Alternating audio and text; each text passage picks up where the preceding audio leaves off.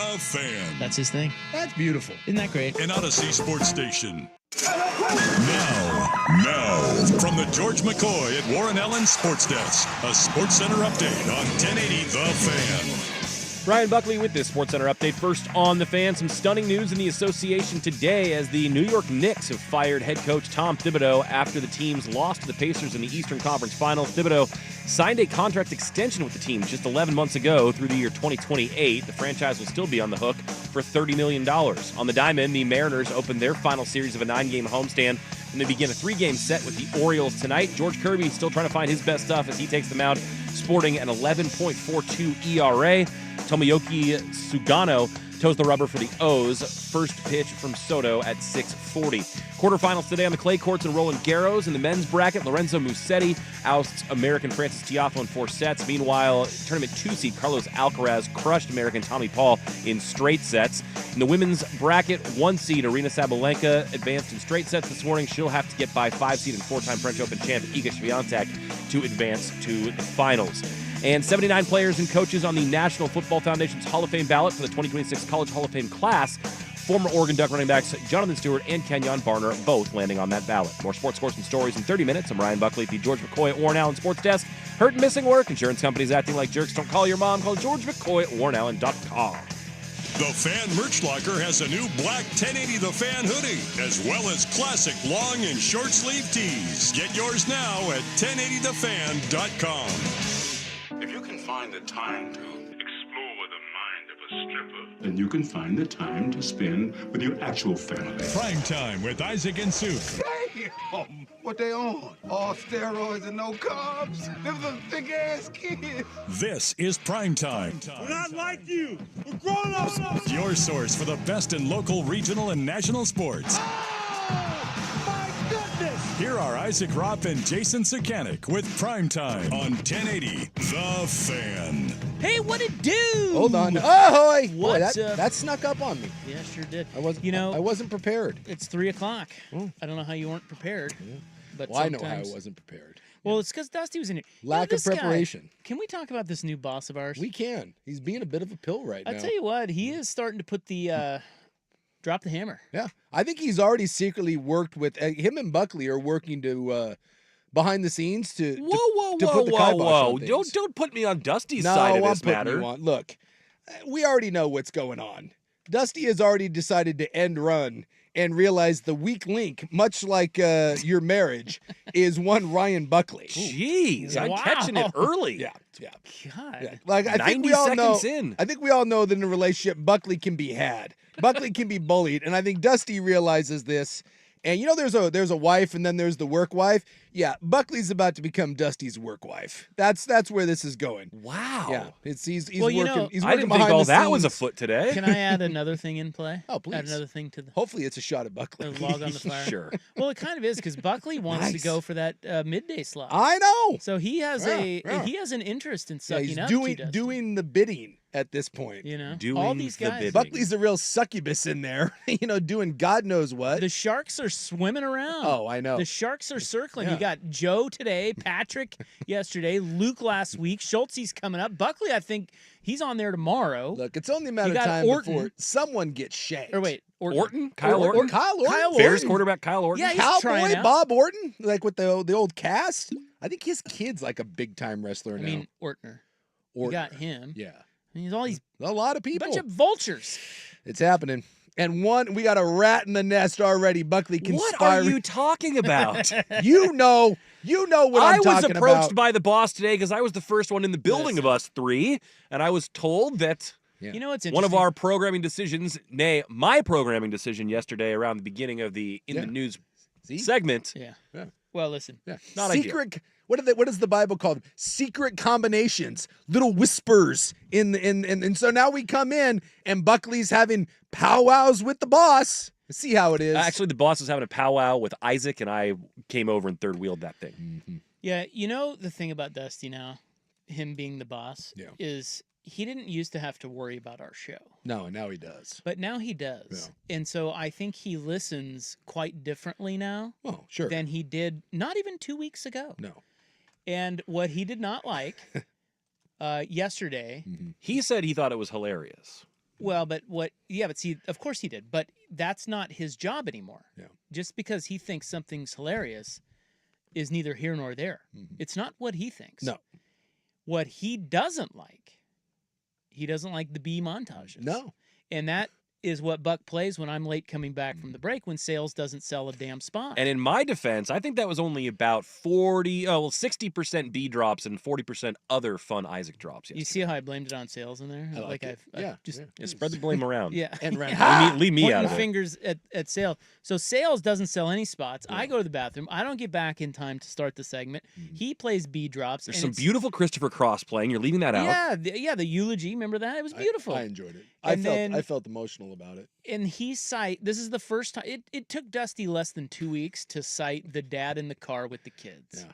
Won't someone think about the kids? Kids, And also, God Joey forbid. Harrington brought that to our He attention did. That is first. true. Yeah, he did. I got one of those. The other day about that. Yeah, the old listening to the podcast and then got hit with the old kid in the car. Yeah. You know, hey, that's you got to keep your head on a swivel. Got to That's be right. aware of what your kid's listening to. Well, look, I think we're a little uptight about what our kids can and can't hear. Oh, that's 100%. They're gonna be fine. Yeah. Do you know what they hear in school? They have access to the internet. Yes. The internet. Dads, moms, relax. And by the way, we are policed here. The feds. Absolutely. The feds watch over us. Well, and now Buckley apparently. we got a lot of watchdogs. Not forget about that. We got that. I like lady that you in- think I'm sabotaging our show now. Oh, Don't we just have saying. that lady in Bend that's watching Yeah, us? they Or- are. That. What was her name? I forget what her Julie, name or is. But yeah. listens every Friday. Yeah. But I think what I've concluded today is that Dusty has made some sort of weird quid pro quo promise with Buckley, and that Buckley is now going to try to rein in. He's going to be working behind the scenes to rein this in, and then maybe there's promises given. I'm going with that Well, narrative. that would be the smart way to go It about really- it. it really Because would. you and I aren't. Also, gonna- I've been told it's still open season after 6 o'clock. So we, yeah. you know, well, it's we not have like, a disclaimer. Yeah, there's a yeah. disclaimer. Yeah. What if we just move the disclaimer? Move Yeah. the yeah, I like that. Just gotta shove that to the front. Just tap. Yeah. How about listen or don't? That's always been my philosophy. I don't think they like that. Dusty didn't like that. He's I like, don't think they like that. Well, I philosophy. really enjoy the show. Thank you. Bye. I told Dusty, I said, we don't need everyone listening here. We really don't. I don't think that's the way this Well, works. but we don't. It's like restaurants. Like there's 5 different Italian restaurants. Yeah. Go to the one you like. I I don't care. our listeners. What I need to focus on and you need to focus on is presenting a good Italian restaurant. If we have good food, people will eat there. And that is we've always been successful with that. And I told Dusty, I said, if you have a cob up your ass, chances are you won't like this Italian restaurant. And that's quite all right. It's called thinning the herd. Don't care. That's how I've always viewed it. I think the problem is that when you are the manager of the restaurant, I don't think that's I don't think that philosophy works. And that's why he look, he took that job knowing this. Yeah. This was going to happen. And I'm just surprised it's happened. You're like the head chef that's that's trying right. to create art. That's right. And Dusty's like, we need people in the building. That's exactly right. Yeah. And Dusty's wrong. And we have people in the building. Let chef cook. Okay. That's Let like chef horseradish. It's worked so far. Well, now we've got a sous chef working against us in there. Judas Buckley And here's over another there. thing. I have not turned coat on this show. Boy, you're really pissing him off. Let's look at him. God, there's a lot of truth to some of this ribbing, but I'm on your side here. This is my brainchild that we're being yelled at about. It's true. I couldn't be any This is happier the way his- this is going. His bit is the B drops. Yeah. And And look, so not the only reason is he- we're in this position. Not only is he turning his back on us, then he's turning his own back on his creative self for his own selfish gains. And I think that's what hurts me the most, Buck. Not that you're betraying us, that you're betraying you. Oh, that hurts. cute. That hurts. Can I also say this? It's going to be very cocky. it makes me sad. Okay. Okay. Very cocky. All right. Look, you want to go try the other Italian restaurants? Be my guest. Okay. You'll be back. Wow. You'll be back for You are going for, what is you're going full menu right now. You'll be back for right? The text line says, "Let Asachi cook. The chef is why people show up." Exactly, not the GM. Hallelujah. Or the maître d'. Or the maître d', or the manager. Get out of here. Dusty's middle management. Someone said, my kid loves when you guys are on. He refers to you as the bald guy and the suit guy. You got that from your cover on the app. Okay. All right. Well, there you go. I love that. Bald in the suit guy. We should update those. They are a little pictures. They've been a while. You know? Yeah. Well, they're not as bad. Like for a while there, I think we had ones that were like 10 years old. I got to tell you. You have one where you looked like a magician. It was great back in the day. Is there a sports radio station in the country that has good host photos? Probably. Because not. I feel like they're all the same. Yeah. Well, And they just none of us are like good looking really. And that's the problem. Like, have you seen like Brad Pitt's in the new GQ? I got home yesterday, and the BTJ, the first thing she does is she drops, "Have you seen Brad Pitt?" Which clearly means you have. Is he 60 yet? He's 60. Is he? Yeah. And he's in the GQ, and let me tell you something. That's a handsome son of a gun. I mean, it's like, whoa. And they've got him like in Iceland being all rugged. And I was like, well, thanks for showing me that. That's just code for, you know, I understand tonight what's happening, and you're going to be not thinking of me, and that's fine. I appreciate the attention. But if you like, you should look up those photos because, and I brought it up. She was like, oh my God, you should do this, this, and this. And I was like, see, this is the thing. Brad Pitt can go take those photos. Like he's wearing like hip waders in one. Yeah. You know. Is this one of them here? No, that's well, old. It's GQ. No, you got to look. They're like. It looks like he dyes his hair. No, there's a brand new one out, and he's like 6. Yeah. Okay, that's 2017. Yeah, you got to look at this one. He Okay. looks great. Oh. He's all old and Like rugged. this guy here, that Brad Pitt, this version of Brad Pitt. Yeah, that version of Brad Pitt. Wow, look Right? at him. Exactly. Oh my God. And I had to tell her. I said, honey. He looks better than ever. I said, here's the problem. Brad Pitt dresses like that, and the dude looks like rustic, like masculinity, like all like just like if the sexy Gordon Fisherman jumped out of AI. He looks like a better looking Momoa. Yes, but if you or I dress like even that, possible? we just look like clowns. Yeah, I'm not dressing like that. It doesn't work, and so I think that's the problem with like these photo shoots. Is you get someone that's like, oh my God, we're gonna make you guys look fantastic. No, you're not. There's a reason why we're sports radio hosts. Yeah, why even show our faces? That's the whole point. The whole point is it's radio. It's behind the curtain. That one guy drew the cartoon characters of us. Yeah. They should just use those. Well, I think we'd have to get his permission, but I think I still have his. See, that should just be the cover photo. I agree with that. It's a better way to go. Yeah, we'd have to get his permission. The all-time favorite, though, is years ago, the great Travis Demers, who is now the voice of your Portland Trailblazers. And I don't know if this photo exists. He may have Rick Pitino'd it and burned it from existence. But somehow, one of the promotion gals who like took the photo got him to go out into the parking lot at the old building and squat in some weeds. You know, like when you're doing like a... Well, they're like dandelions, I think. Yeah, they're weeds. They're like, oh, just... So he's like kneeling in what he thinks is flowers. They're not. It's just a field of weeds. And they took that photo. That's the greatest photo that the fan has ever taken. I did not see it on internet. Oh, it's amazing. Was he able to... I'm guessing he scrubbed it. I mean, we all have one of those. You're like, oh my God. I guarantee there's a family photo of like you somewhere in the woods and you're wearing matching outfits and you're like, what am I doing? I've been lucky enough to never have to take those. Oh, the matching family photos. That's good. You know, like everybody wears the same clothes. Yeah.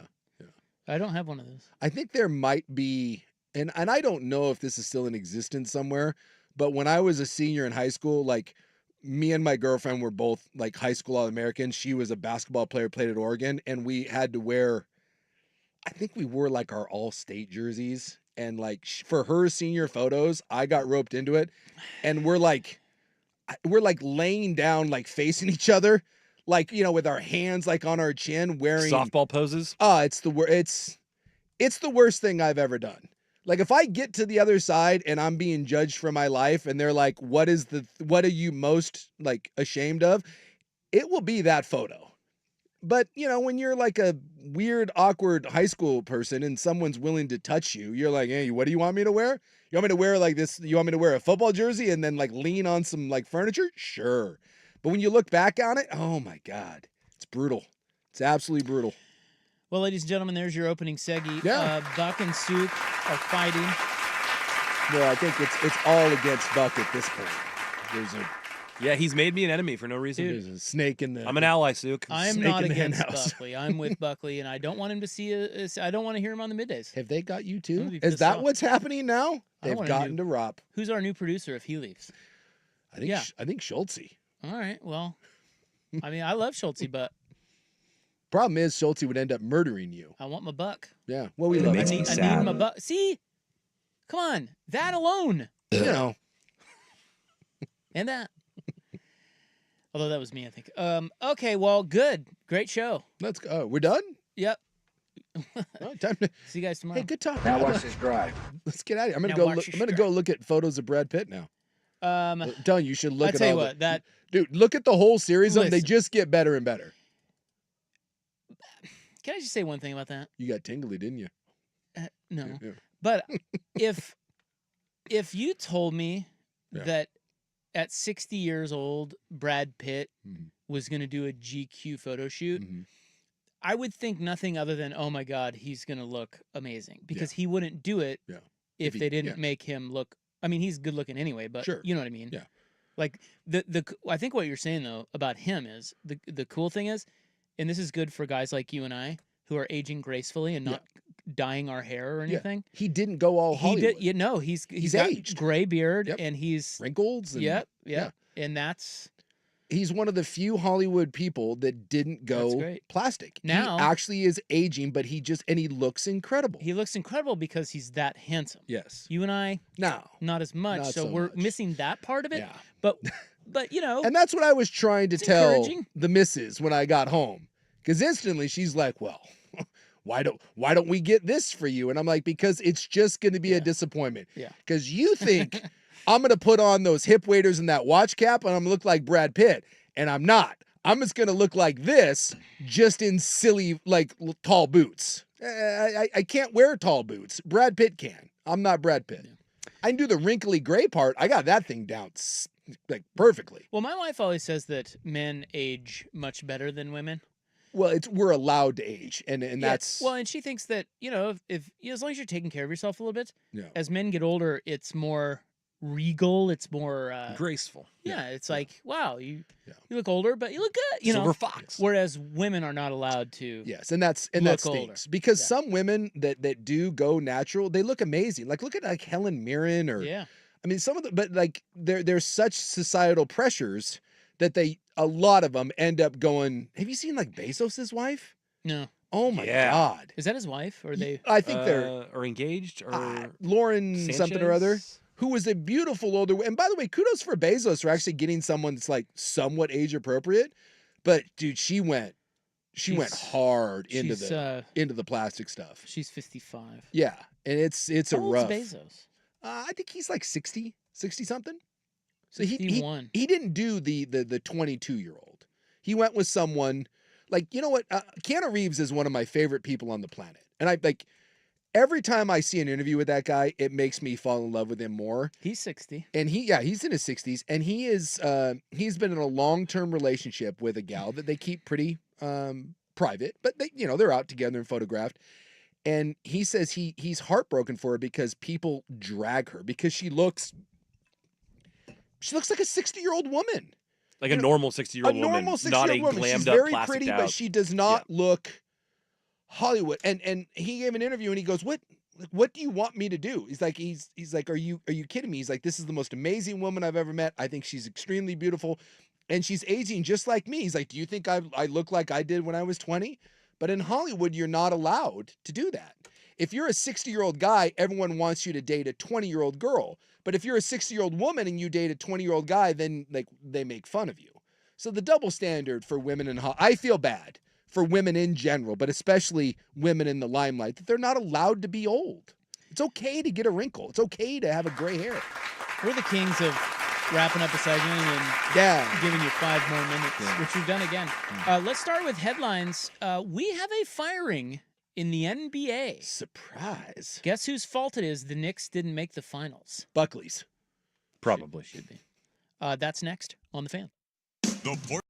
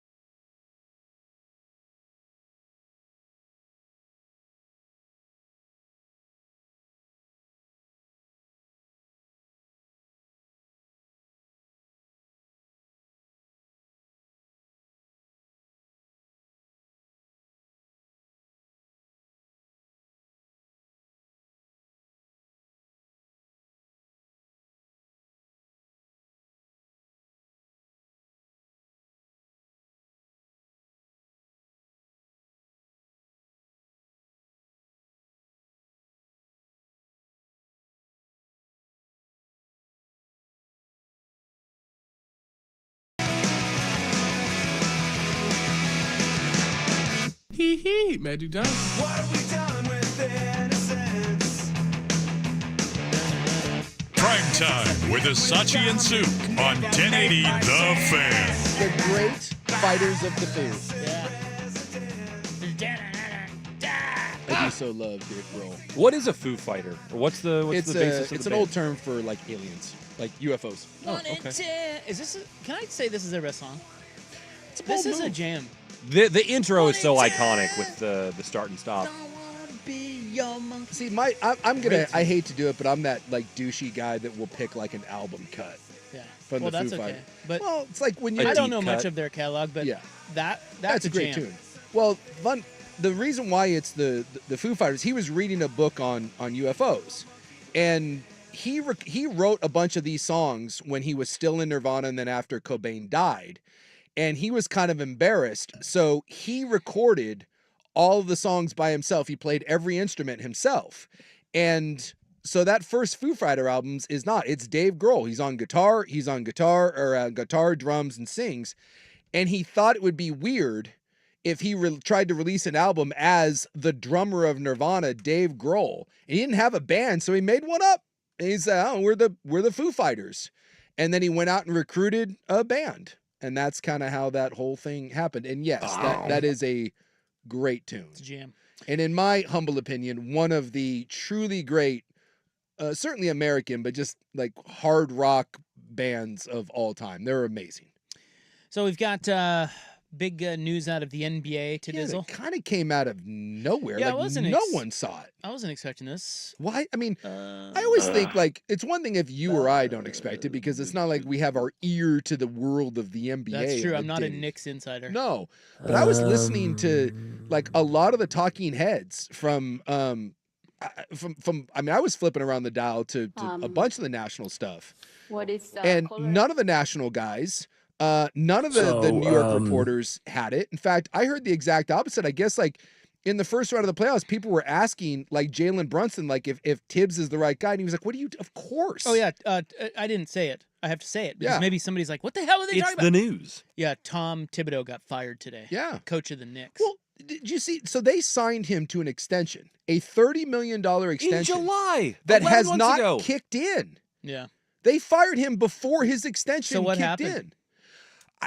I mean, Players didn't like him. so this seems to be kind of the general consensus right now because again, no one seems to know exactly what happened. I mean, but he's pretty bristly. so the best that I've been able to piece this together, listening to people that are somewhat close to it, are the following: one, he's very hard on the players, and I guess some of them, they said high level players were involved in meetings after the season, kind of like a hey, what are we doing here? And That's Cat. and Cat and Brunson, I think would certainly be involved in that. The second one was this is the second year in a row that they've been bounced by the Pacers, and the Knicks management believes that they have a better team than the Indiana Pacers, which is a bit of a problem. They You think they do? well, when you look at what they spent, and if you look at, they have better talent. They have better individual talent. Do they have a better team? Well, no, because they've lost 2 in a row. And they feel that the way Tibbs deploys his players, the way he has player development and kind of the grind, they said in the statement that they're about winning a championship. And they feel that as great as Tibbs was this year, there was a ceiling on where this could go with him.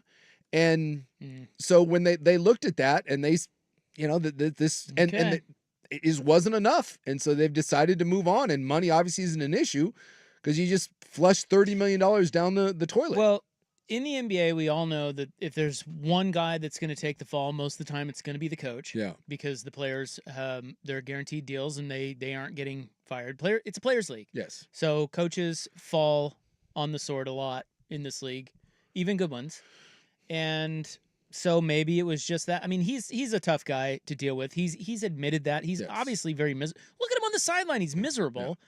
And that wears on people over time. And if some players, even one high-level player has some friction with him, that's enough to get a coach fired in this league. And your two best players don't really play defense, and you are a defensive-minded guy. So you got to believe that Brunson and Cat just hear it from him constantly. He Yes. grinds his players down. He doesn't play his bench guys. They play a very slow, plodding pace. And you throw all those things together with probably he doesn't respond well to management suggestions. And look, that's fine. It's just, to me, I've never understood just let the players call all the shots thing. Like, I just think there are a lot of teams in this league that would be better off. I get it. Maybe Thibodeau's tough on you. Maybe he's not your favorite coach. But if you would play your role as he has designated, you guys are going to be really good. You were in the Eastern Conference Finals, so obviously something worked. So I hate that players can just be like, well, he's tough on us, or it didn't quite work out, so let's just go get a new guy. I think that's a dangerous thing that teams do a lot in the NBA, but okay, like I always say, if you're going to fire a coach, and he's a good coach, Tom Thibodeau is a winning coach. He got you to the Eastern Conference Finals for the first time in 25 years, man. They said that he's the best thing that's happened to them since Jeff Van Gundy. They have won, I think it was 4 or 5 playoff series and 24 playoff wins. By the way, that is more than the previous 12 coaches combined. The previous 12 coaches had won 1 playoff series and I think 6 or 7 games. So, I mean... So, hold on. So my point is, if you're going to fire a coach that's good and clearly knows what he's doing, you better have a good replacement in mind. I get it. Sometimes it just doesn't work out. The Adrian Griffin thing in Milwaukee or whatever. Okay, but who are you firing him for? And that's really the question, because now, I mean, who is sitting out there that the Knicks are going to go? I mean, Jay Wright's name has popped up because of the Villanova thing. And if he wanted to coach, that would be an interesting hire. Is that better than Tom Thibodeau? Hard to say. But maybe he lets those guys play more of the style that they want to. And okay, maybe you solved a problem there. Well, a lot of people are talking about Mike Malone, but didn't Mike Malone just get fired in Denver for being... Same hard-ass style. Same thing. Thibodeau. Although, I mean, he got a title, but also Thibodeau didn't have the best player in the world. You know who's the next guy to go in this realm? It's Missoula. Yeah, I could see that. Because he's a psycho. He's Hannibal Lecter. Yeah, and if they stumble. If they have a stumble again next year, even with Tatum, the injury thing, I could see someone looking at that and being like, the players will cry and say Yeah. he's too tough. Yeah. Some of these guys need to just nut up. I don't know. It's just the idea that, like, you throw out Malone, you throw out Budenholzer, who have all been... they're all good. They're all good coaches. They're all interchangeable. Like, if you hire Mike Malone or Budenholzer over Thibodeau, are you that much better off? I know. I mean, I guess sometimes it's just a matter of the stale voice, right? Like, yeah, maybe. And Harbaugh has talked about this. I know this is a different sport. And remember, we had Trent Dilfer on when we talked about this. And it's a bad... I mean, it can be an uncomfortable analogy, but Dilfer brought up beating your dog. Yikes. I know.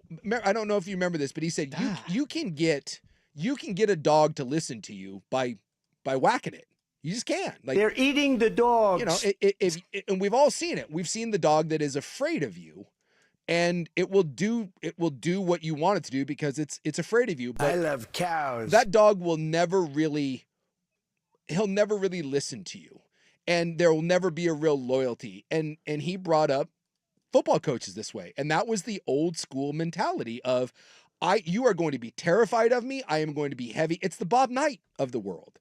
No one respected Bob Knight. They were afraid of him. Are you getting people to buy in because they're scared or because that they've connected with you? Yes, and that's the difference. And if you want true loyalty and you want something that's happy and that's going to perform and is going to be there for you and give you that little extra effort, you find the animal that has been loved and that wants to do what you want it to do because it respects you. And he brought up Jim Harbaugh. Remember, this is when Harbaugh was wearing out his welcome. And even Jim Harbaugh says it. I wear out my welcome. His wife said it in that piece that they did between the two brothers. He's like, I'm a lot. And I think Thibodeau may just be that guy. If you wanted to point to one thing why they did this, and you can criticize, you can say it was a good move, whatever. I think at the end of the day, no matter where that guy goes, he will end up wearing out his welcome because that's just who he is. And to be honest with you, if you're Thibodeau and you want to go from being a really good coach to a championship coach, that's something you have to look at.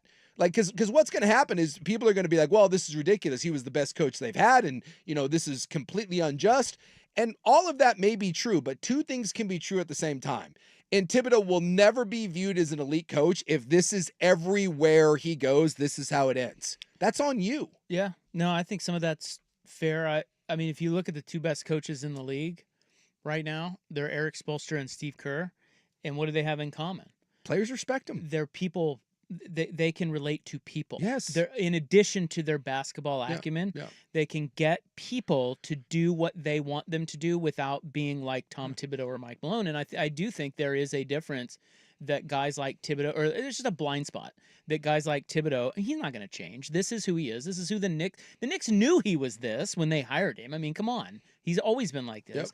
But these coaches do wear out their welcome rather frequently because of that, because they don't change.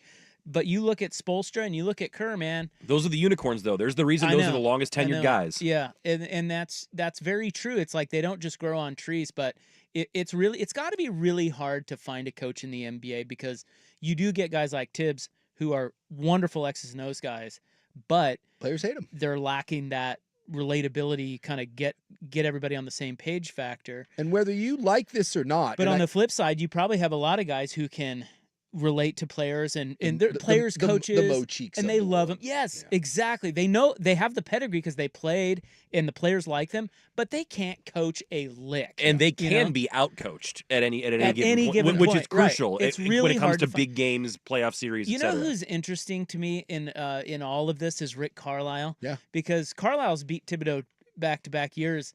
And Carlisle is like Thibodeau. Mm-hmm. He's a jerk. Yeah. Grade A jerk. And they brought that up. One of the New York writers brought up one of the reasons that they thought that this was a bit of a bugaboo is management thinks they have a better team than the Pacers. And they think one of the difference in those is the difference between Rick Carlisle and Thibodeau. Carlisle's getting more out of his team. Yes. But only barely. I mean, somebody said it on the text line, look, if they don't blow that one game, this is going 7 and they're at home. Yeah. And they may be in the finals. Sure. Like that was close. That series was closer than it seemed. It also makes me wonder, whenever this stuff happens, whether it's Mike Malone or Tibbs or when anything, and we don't really know what happened and it seems so strange. I always wonder what the real story is, right? Is this one of those cases too where they had a meeting? You're telling me, and this is just pure speculation, right? But which is more likely? That you sat down in a room and was like, hey, we were in the conference finals for the first time in 25 years. The dude has been better than we've been in decades. And yeah, he rubs the players wrong a little bit. And we just gave him $30 million. But you know what? F this. We're firing him. Or is it possible that someone sat down with him at the end of the season and said, hey, we love what you did. We feel like there's rooms for improvement. And Thibodeau's like, don't you effing tell me what to do. Yeah. And it's one of those finger in the chest, my way or the highway. Who the hell are you telling me? This happens, I think, more than we want to believe. And management just looks at it. Look no further than Jerry Jones and Jimmy Johnson. Jimmy Johnson won back-to-back Super Bowls and was constantly throwing in Jerry Jones's face. And Jerry finally just said, you know what, dude, F you. Like, I'm not doing this. Smiles and glory holes. Just be careful with the notion of the Knicks are idiots and James Dolan is a moron and all this stuff. Sometimes there's some two-way street here going on. And Thibodeau doesn't exactly strike me as the most likable, rational, behind-the-scenes sort of guy. Well, we have more follow-up on the firing of Tom Thibodeau as it relates to Chance. Coming up next, and then more headlines. But first, Buck with SportsCenter.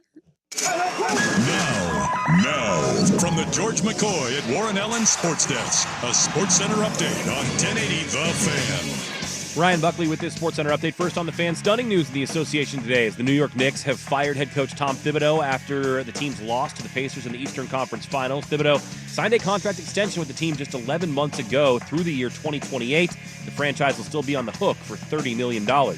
On the diamond, the Mariners open their final series of a 9-game homestand when they begin a 3-game set against the Orioles tonight. George Kirby still trying to find his best stuff as he takes the mound sporting an 11.42 ERA. Tomoyuki Sugano toes the rubber for the O's. First pitch from Soto at 6:40. Quarterfinals today on the clay courts at Roland Garros.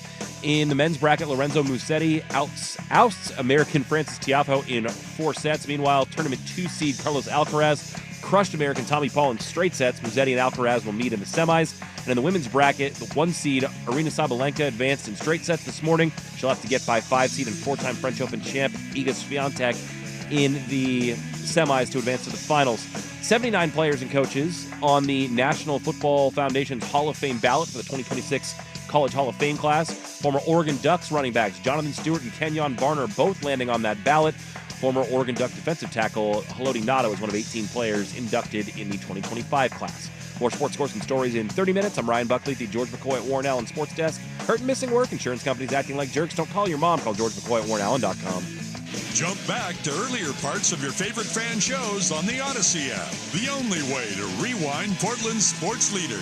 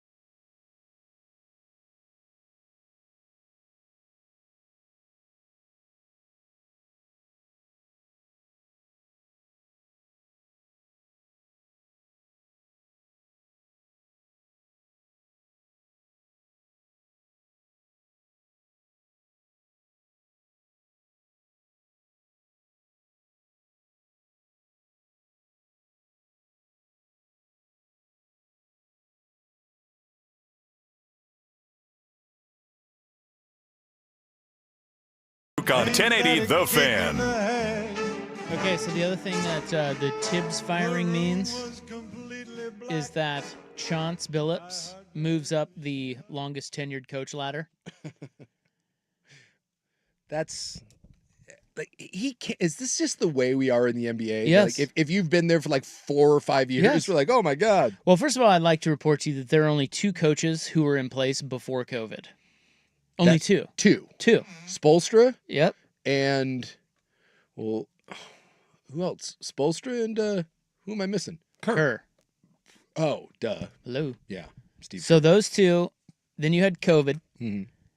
28 of the 30 teams have replaced their coach since COVID, which is there a worse technically February of 2020. Is there a worse job in sports than being an NBA head coach? It's not an easy job. No. But they make a lot of money. Yeah. So since February of 2023, okay? 2023? Yeah. Okay. Okay. 18 of the 30 NBA teams have changed coaches. Yikes. I wonder how many of those, if you went back and looked at it, were justified, warranted, Yeah. right? Yeah, I you mean- go back and look at like how they did after. I mean, some Yeah. of it is like franchise direction. Yeah. Well, I remember like when the Pistons gave Monty Williams, dude, they gave that dude like 9, 10, 11, something like that, $1 million a year, begged him to take their job.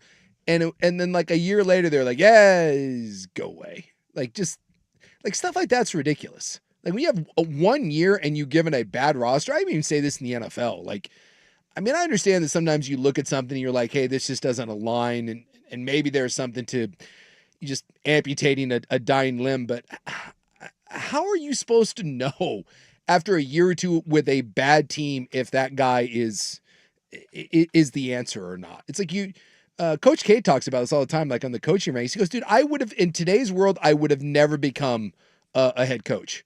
He goes, I would have been fired at West Point and at Duke before I ever got to actually like implement anything. And so it's just, and by the way, this is true at all levels, from college on up in every sport. You know, the NFL, you know, you get some guy that gets hired and a year later with a bad team, they're like, nope, fired again. Gerard Mayo, who we heard was like the coach in waiting in New England for how many years?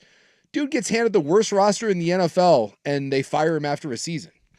So do you care to guess where Chance ranks now on the longest tenured coaches in the NBA? Well, I mean, if there's only 2 of them, so I'm going to say he's like, I don't know, like 6th, 7th? Chance is now the 8th longest tenured coach in the NBA. Well, and if you want That's amazing. Yes. Think about that. He feels new. Yes. I mean, sort of. Well, I think it was 2021 he was hired. It's actually pretty neat. That is pretty neat. See, that is baffling to me. If you had just said that in general, like, and not the context of this conversation, because then you're like, okay, it's like obviously something's going on. But like a month ago, if you would have come up to me and was like, hey, by the way, where does Chance rank? I would have been like, I don't know, like 20th, somewhere in the teens, top 10. Can you name the 5 other coaches besides Kerr and Spoelstra that have a longer tenure? Longer tenure. Let's take a look-see here. Well, don't look it No, up. no. I was looking up. Sprague had one where he joked today. I was trying to bring it up, but maybe I have the wrong account. But Sprague had a tweet where he said something like, Chauncey Billups wins 34 games and gets a multi-year extension. Tibbs wins 50 whatever, goes to the Eastern Conference Finals and gets fired. We're like, please, someone make it make sense. The NBA is such a strange place. And by the way, Chauncey will be fired in a year after giving him an extension, and then we'll all sit there and be like, why did they give him the extension in the first place? All right, so who's been there longer? What? So there's only 5 other guys. Ty Besides... Lue has been there, right? Yep, there you go. Has been there longer. The Clips. I'm trying to think who's been there a long time. It wouldn't be Redick. Hard, it wouldn't be Missoula. It's not Missoula, right? No. Because he was after Chance. Yeah, he was after Chance. I'll look through. I gotta pull up my list of teams. Rick Carlisle. Yeah, I forget. Barely. You forget about old Rick. Rick was hired 3 days before Chance. Tyronn Lue. Yeah, I got Lou. Chris Finch, Minnesota. Oh. I have, by the way, you could have told me, I'm being dead serious. You could have told me that Chris Finch was hired 18 months ago, or you could have told me that he was hired 11 years ago, and I would have been like, oh, that's right. Yeah, it's about right. Yeah. He was hired after Tibbs last time, right? February 2021. Chris Finch. He replaced Tibbs in Minnesota, right? Yes. I think so. Yeah. There may have been somewhere in between there. Yeah. You don't know. I think that's right. That's the beauty part of this. That's right. You just would have been like, oh, why not? And then you have the coach at Oklahoma City, Mark. Diagonal. What's his name? Diagonalt. Yeah. Mark Diagonalt. Mark, that guy. Former. He's been there. How long has he been there? He was hired in the year of our Lord, 2020. 2020. November 11, 2020. You old salty bastard. Yeah, he's old. So those are the only coaches longer tenured than Chance. yeah. Well, not Jason Kidd. So Chance is just an old. He's not an old, Missoula. He's an old timer now. Not Quinn Snyder. Not Ime Udoka. I thought because Quinn Snyder hasn't been in Atlanta longer than that. He was hired in February of 2023. Jace. He was in Utah before that. Is that right? Yeah. Why do I think he's been there longer than Nick that? Nurse went over to the Sixers. Yeah. In 2023. You have Doc in Milwaukee. That was 2024. I mean, they're all. Kenny Atkinson's new in Cleveland. Yeah. Reddick was just hired. Yeah. Atkinson. Well, and a lot of them you don't even keep track because it's just a rotating door. You know, I bet you some of them have had. What we need to look at. So going back to COVID, what is that, 5 years or whatever? I bet you there's a team that has had 4 coaches in 5 years. Like how many coaches has Milwaukee had, for God's sakes? New Orleans? The Kings ran through them really fast, too. They went Dave Yeager, Mike Malone, Mike Brown. Now they're on Doug Christie. They've done a bunch of them. Kings, that's a good one. Yeah. Oh, yeah. Doug Christie's the coach He's their guy now. in Sacramento. Yeah, he'll be fired when? When does Doug Christie lose his job? 2 years. Oh, dude, I'll take the under. Yeah, he was the interim this year, so he gets this coming season plus at least some of the next one and maybe next All-Star break, something like that. Hot Brian Keefe, Washington Wizards. He'll be gone. Grizzlies coach? What's that guy's name? Well, it was Taylor Jenkins, and then he got fired. No, who's their new coach? Oh, I think it's a foreign guy, isn't it? I don't know. You tell me, NBA guys. I think it might be an international guy. They hired Dave Fizdale. Wasn't that his name? No. Fizdale? David Fizdale? Don't you No. remember him? Take that for data. Oh, no, I've got the drop. Take that for data. But I don't think that's who they hired, right? Well, no, I was joking. It was a joke, Buck. Oh, yeah. Ah. So they Pretty funny. They hired Tomas Lesalo. And he's a Finn. Okay. Well, the Suns need a coach. The Knicks need a coach. Suns are circling in on a Cavs assistant. They're down to 2 candidates. Yeah, both of them were Cavs assistants. And the Spurs. No, the Spurs Who'd they hire? The Spurs. They took their interim guy. who was Oh, under Mitch Pop. Johnson. Yeah. Okay. Well, Chance is old gray hair. Oh, don't worry. He'll be gone in a year and a half here. Whoever buys the team will come in and they'll fire him and he'll move on to somewhere else. And it's welcome to the world of the NBA. Well, Jay Wright sounds pretty good to the Knicks. I don't know if he would want to do it, but what about Chance? They can't get Chance now that they locked him up. I wonder if Chance is sitting there being like, He's of a pissed. Gun. Yeah. The other one that I heard, besides the retreads, was Jay Wright and then Sam Cassell was the other one. They said if you want more of a player-friendly coach, I saw his name on the odds list. That Sam Cassell, who has been bouncing around for like the last 10 years, an assistant, and he is on. I think he's on Missoula's staff. I think he's in Boston. He's in Boston. So, yeah, because if you're, some of those, everyone that they're like bringing up, like the NBA guys, are all just versions of Tibbs. So maybe you go with the college guy, Jay Wright, or if you think you're ready to win right now, then maybe you go with the NBA player. What about David Blatt, round 2? Where's David Blatt? Probably back over in coaching Israel or something. Was that where he was coaching? Like he was in Maccabi Haifa or something like that? Yeah, he was like, I think he was coaching somewhere over in Israel, was he not? Yeah, he was like Euro Coach of the Year multiple times over. Dude, that dude got kneecapped like 30 games. Oh, he got LeBron bad. They were like, yeah, we're not doing this. He hasn't coached since pre-COVID. Really? Says here. Well, I'm sure. The nice part about when you take one of these jobs and you do get fired, you get a butt ton of money. Yep. Tibbs is getting $30 million. Yeah. He's 66. What did Monty Williams get to walk away? God, a lot. Because they begged him. He did not want that job. I always thought he was a good coach. Yeah. But I don't know. He keeps bouncing around. Well, now he's not doing anything. He's just collecting them. He'll never have to work again. If he doesn't want to. Dude, they gave him, and they fired him after a year, They gave him 6 years and $78.5 million. That's where the disconnect always is for me, whether it's that or whether it's like the Tibbs extension.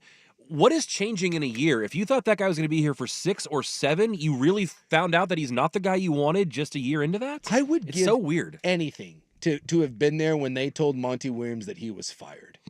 To know if he was pissed or if he just laughed his ass off and was like, wait, come again? Like, you want me to go away and you're going to give me $65 million to not coach this crappy ass team.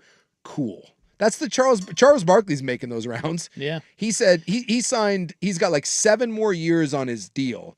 And he said, I'm only doing 2 more and then I'm walking away. And he goes, but my goal is to get fired. Because if they fire me within 2 years, I get paid for all 7. So he's like, they won't shut me up. He goes, no, I want them to fire me so that I have to get paid for the entire contract. Smart guy. Yeah. All right. Coming up next, it was 33 years ago today on The Fan. Yeah.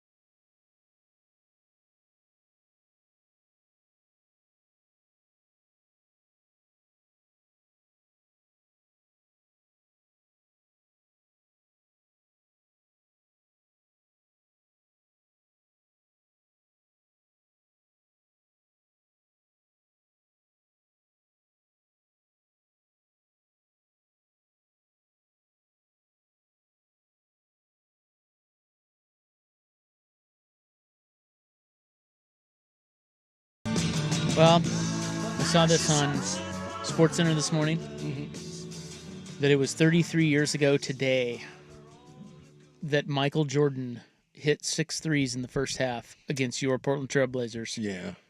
En route to the Shrug. Did that. Game 1 of the finals. Yeah. Won by the Bulls. MJ only had 35 in the first half. And I want you to... So they were showing the highlights. Yeah. Yeah. It's an iconic moment.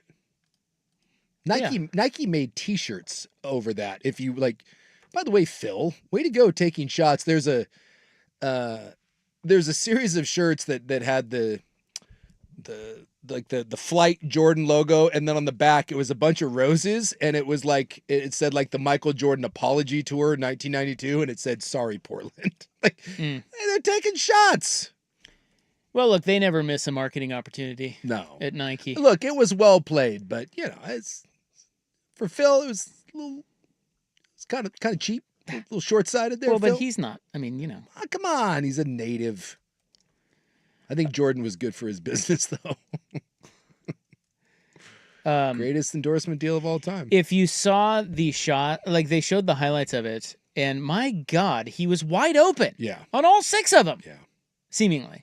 Well, the game. Like, what the hell were the Blazers doing? No, not the 3 wasn't a thing back then. I know, then. and it's so weird. Back then too, it was like, Jordan can't really shoot that well. Yeah. That's the big thing about it. It seems like he would never leave a shooter like a Michael Jordan that open, but it wasn't really part of his game, and it wasn't really something they were worried about. Yeah, if you go look at the shots. One of them's wide open because they moved the ball to that spot of the court, but the other 5, he's got defenders, but they're like, yeah, go ahead, shoot it. I don't care. Well, like in today's game, if you're shooting below 35%, I mean, bad players shoot 35%. Jordan, so starting with their first title run, this is Jordan's 3-point percentage in the 6 titles that they won. He shot 31, 27, 35. Those were his first 3 championships. Those were his 3-point shooting percentage. And then after retirement, it came back and it got a little better, and he shot 42, 37, and then his last one, he shot 23%. It just wasn't a thing. So the Blazers were probably at the start of the game, they were like, okay, guys. Yes. If Michael settles for 3s, we're okay with that. Yeah. Because, well, that's way better than the alternative. Yeah. Well, we talked and then about he makes 6 of them. Yeah, well, Anthony Edwards, right, kind of gets labeled as that, like, the Jordan comparison, right? A super athletic.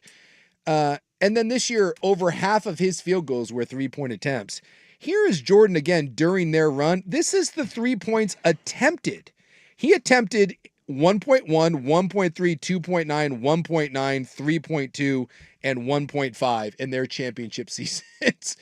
He's taken less than 2 threes a game. So when you hit 6, I guarantee Portland's sitting over there being like, what the F? Yeah, they're like, do that again. Yeah. And he didn't. And he only had 39 in the game, but he had 35 in the first half. Yeah, it helps. All right, Jace. I just, I'm not taking anything away from today's shooters, but I do not like when again, this is why it's hard to compare eras, because it just wasn't asked of you. It just no one shot him. Jordan didn't shoot him. Certainly the bigs didn't shoot him. So when you hear about like today's players, they're like, well, it's so much better than yesterday's. Well, yes, but the game evolved. No, if you had asked Michael Jordan to shoot 3s and that was part of the game, something tells me Michael could have figured it out. Well, doesn't that tell you how great Jordan was? Yes. That he could go scorching hot from 3 and the Blazers were okay with it? Yeah. That's how great he was. Yeah. Right. Coming up next, the Mariners. How many jerseys have they retired? Some news. Yeah. On the Fan.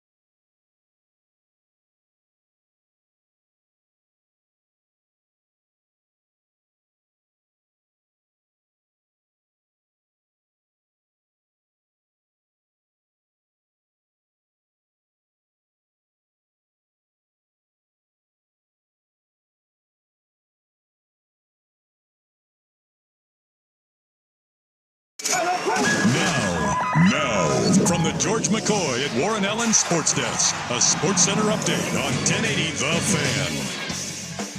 Ryan Buckley with this SportsCenter update. First on the Fan, big news in the NBA today as the New York Knicks have fired head coach Tom Thibodeau after the team's loss to the Pacers in the Eastern Conference Finals. Thibodeau signed a contract extension with the team just 11 months ago that went through the year 2028. The franchise will still owe him $30 million. On the diamond, the Mariners open their final series of a 9-game homestand when they begin a 3-game set with the Orioles tonight. George Kirby still trying to find his best stuff as he takes the mound sporting an 11.42 ERA. Tomoyuki Sugano toes the rubber for the O's. First pitch from Soto's at 6:40. Quarterfinals today on the clay courts at Roland Garros. In the men's bracket, Lorenzo Musetti ousts American Francis Tiafoe in 4 sets. Meanwhile, tournament 2-seed Carlos Alcaraz cruised in straight sets over American Tommy Paul. Musetti and Alcaraz will meet in the semis. Over in the women's bracket, 1-seed Arina Sabalenka advanced in straight sets this morning. She'll have to get by 5-seed and 4-time French Open champ Iga Swiatek in the semis to advance to the finals. More sports scores and stories in 30 minutes. Ryan Buckley, the George McCoy at Warren Allen Sports Desk. Hurt and missing work. Insurance companies acting like jerks. Don't call your mom. Call George McCoy at warrenallen.com. It's back. The 11th annual Fan Golf Classic at Langdon Farms Golf Club happens Tuesday, June 24th. Presented by your local Toyota dealers. Reserve your foursome now at 1080thefan.com. What's the most resilient parasite? Primetime with Isaac and Sue. Can build cities, can transform the world, and rewrite all the rules. That's what I'll be doing every single night. Which is why... No! I have to steal it. What are you talking about, Willis? This is Primetime with Isaac and Sue. It's gonna work.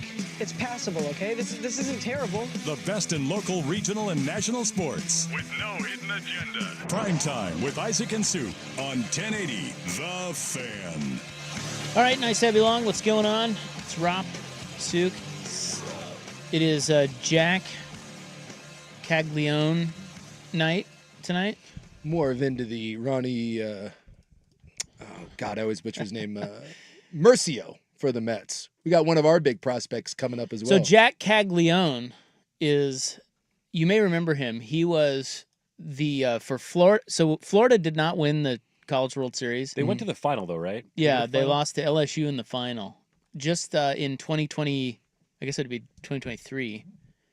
And Caglione was the big lefty pitcher for Florida who was all high T. But he's not going to be. He's not pitching in the big. Not doing the Shohei thing. So the Royals drafted him 6th overall, and I think it was 6th.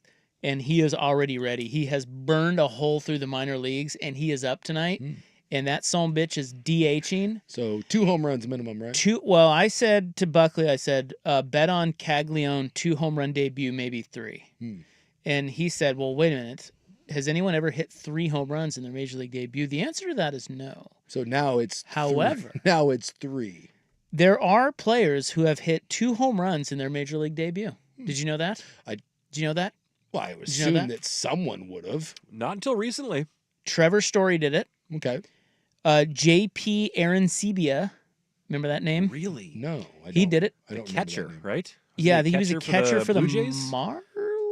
Well, I know he's played for. Well, he's at least played for the Blue Jays. He bounced around a lot, though. Mark Quinn, I believe of my Royals. I think. We think. Here's the situation. Bert Campaneris. We think. And Bob Neiman have all hit 2 home runs in their major league debut. Well, we've got the game on here. Well, it's getting ready to start here. I'm also seeing Joe Adell did it this season. Well, that's not his debut. He's been around. Why does it say that? You idiot. Well, the internet is idiot.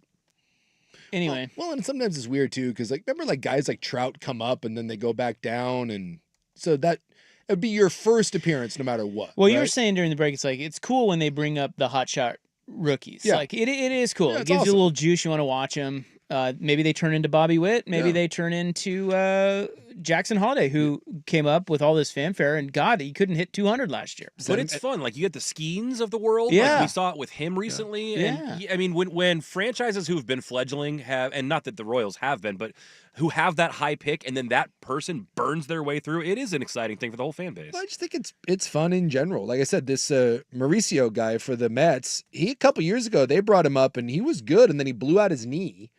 And so he's basically been out for like a year and a half, but he's hitting .515 in like AAA since like being promoted. So one of the Mets guys blew his hammy yesterday, and so they said they weren't going to bring him up. Like they're going to take him along slowly, but popped a hammy, and so here we go.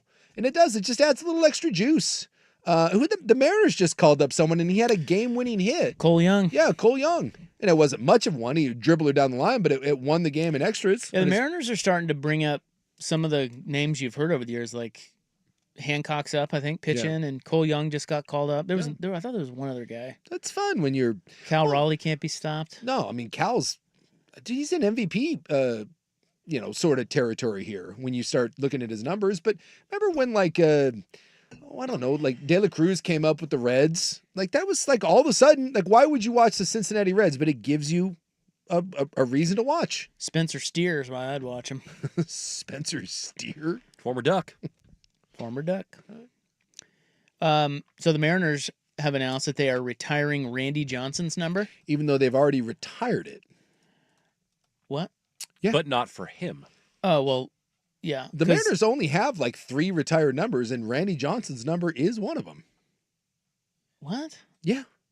51. Oh, because Ichiro. Yeah. Ichiro hasn't been retired yet. He's in August. Yes, but it's retired. They are retiring. No one can wear 51. But Ichiro. Okay, so good grief. Ken Griffey Jr.'s number is retired. Edgar Martinez's number is retired. Yeah. The Mariners announced Randy Johnson's number will be retired, but Randy Johnson said, "I'm not stepping on Ichiro's toes. No. We'll do mine next year because Ichiro's is being retired in August." Yeah. So 51. But 51 twice. Yeah, and that's where I was going. It's like I don't remember Randy Johnson and Ichiro wearing the same number. That doesn't because I'm not a big I'm just not a big jersey number guy. We've talked about this before. That is something that you never. But I saw Randy Johnson. I was reading an article about Randy Johnson. I'm like, wow, they haven't retired his number yet. Mm-hmm. It's about time they got on it. Yeah. And then I looked at his jersey. I'm like, wait, 51. That was Ichiro. Mm-hmm. What is he doing? Who's winning? Well, what is occurring? Look, when you think of 51 in Seattle, it's not Randy Johnson. What is occurring? No, it's Ichiro. Yeah, I'd forgotten that Randy. Yeah. Well, like I said, it's A-Rod for me. Yeah, he wore. Wait, 51. No. A-Rod was 3. Oh, damn it! You got me, dude. You got ball sacked. Who else wore 51? For the M's or for anybody? Anybody. Boy, I don't know if Did Trevor Hoffman wear Trevor 51? Hoffman might have been 51. That's actually a pretty good poll. It might have been 50. You don't remember any of those things?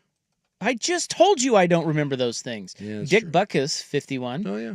I think Ken Norton Jr. was 51. Ken Norton Jr. was Trevor 51. Hoffman. Wow. Yeah. Look at you guys. Yeah. Bernie Williams wore 51. Oh, yeah. So more than you think. Yeah, Ken Norton. But maybe not like the most popular number in the world. Willie McGee? Oh, yeah. Yes, sure. The great Willie McGee. Randy Cross? Okay. Yeah, that's the old 49ers center. Yeah, that's right. Randy Cross. Still does radio for them, I think. I think so. Boban? Boban? Yeah. Marjanovic? The old Mike Pouncey? The old Bruce Irvin. That's not the Seahawks. It's the old Seahawks, the Polynesian linebacker. Was it Tutupu? Oh yeah, Lofa Tutupu He was 51? He was 51. Michael Doliak. Local legend. Suddenly pretty much everyone wore 51. Mike Maddox. Not that Mike Maddox. What? Well, not that Greg Maddox. Not that Greg Maddox. No, there were 2 Mike Maddoxes. There were 2 Mike Maddoxes. Yeah, there was a player, and then there's this guy who was, well, he was a player too, but he was a pitcher. And he wasn't that great. He's like the Rangers pitching coach or something, or was. I don't know. Is that the one who is or is not related to Greg Maddox?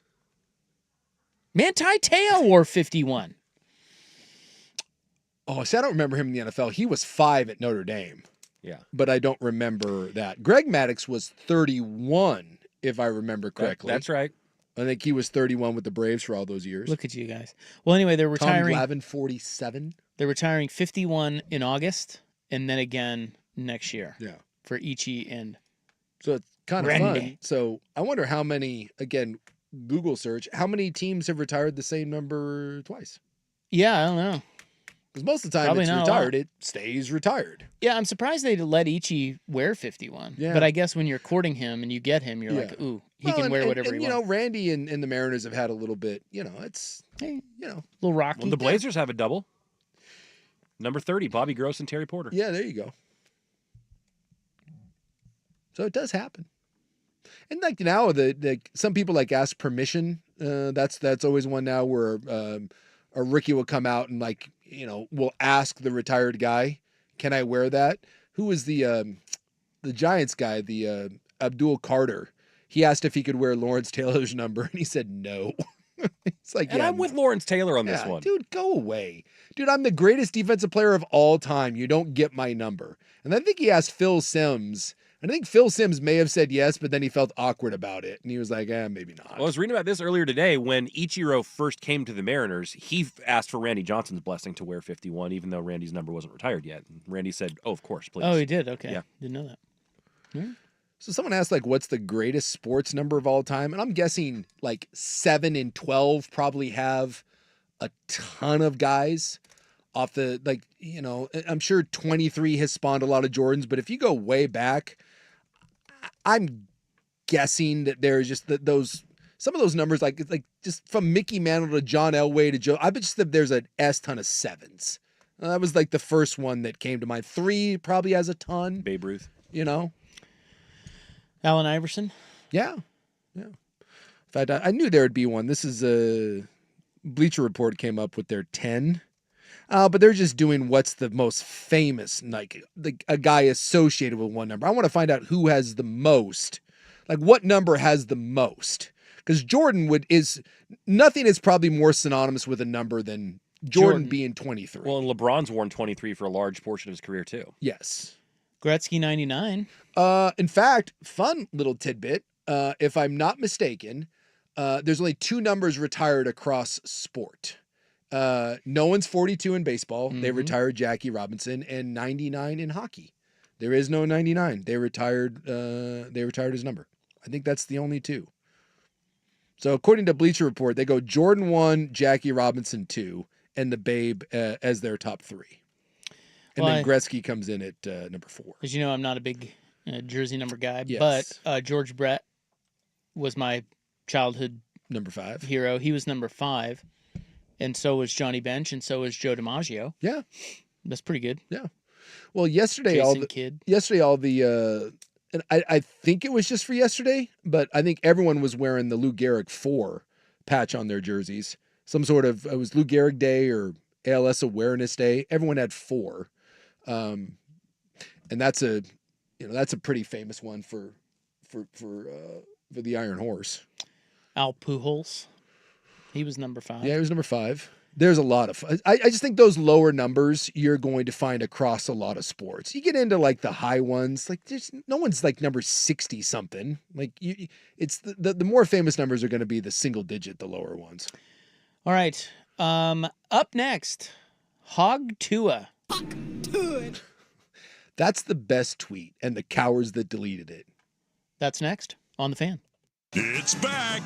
Your local Toyota dealers present the 11th annual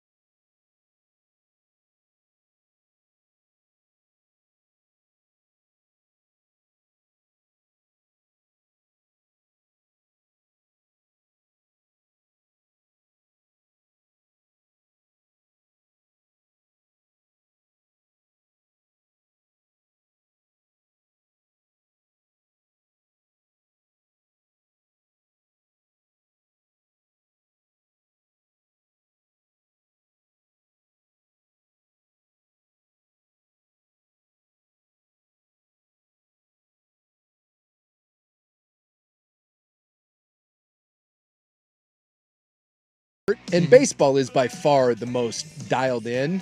They ranked every number by productivity in the history of baseball. Who's they?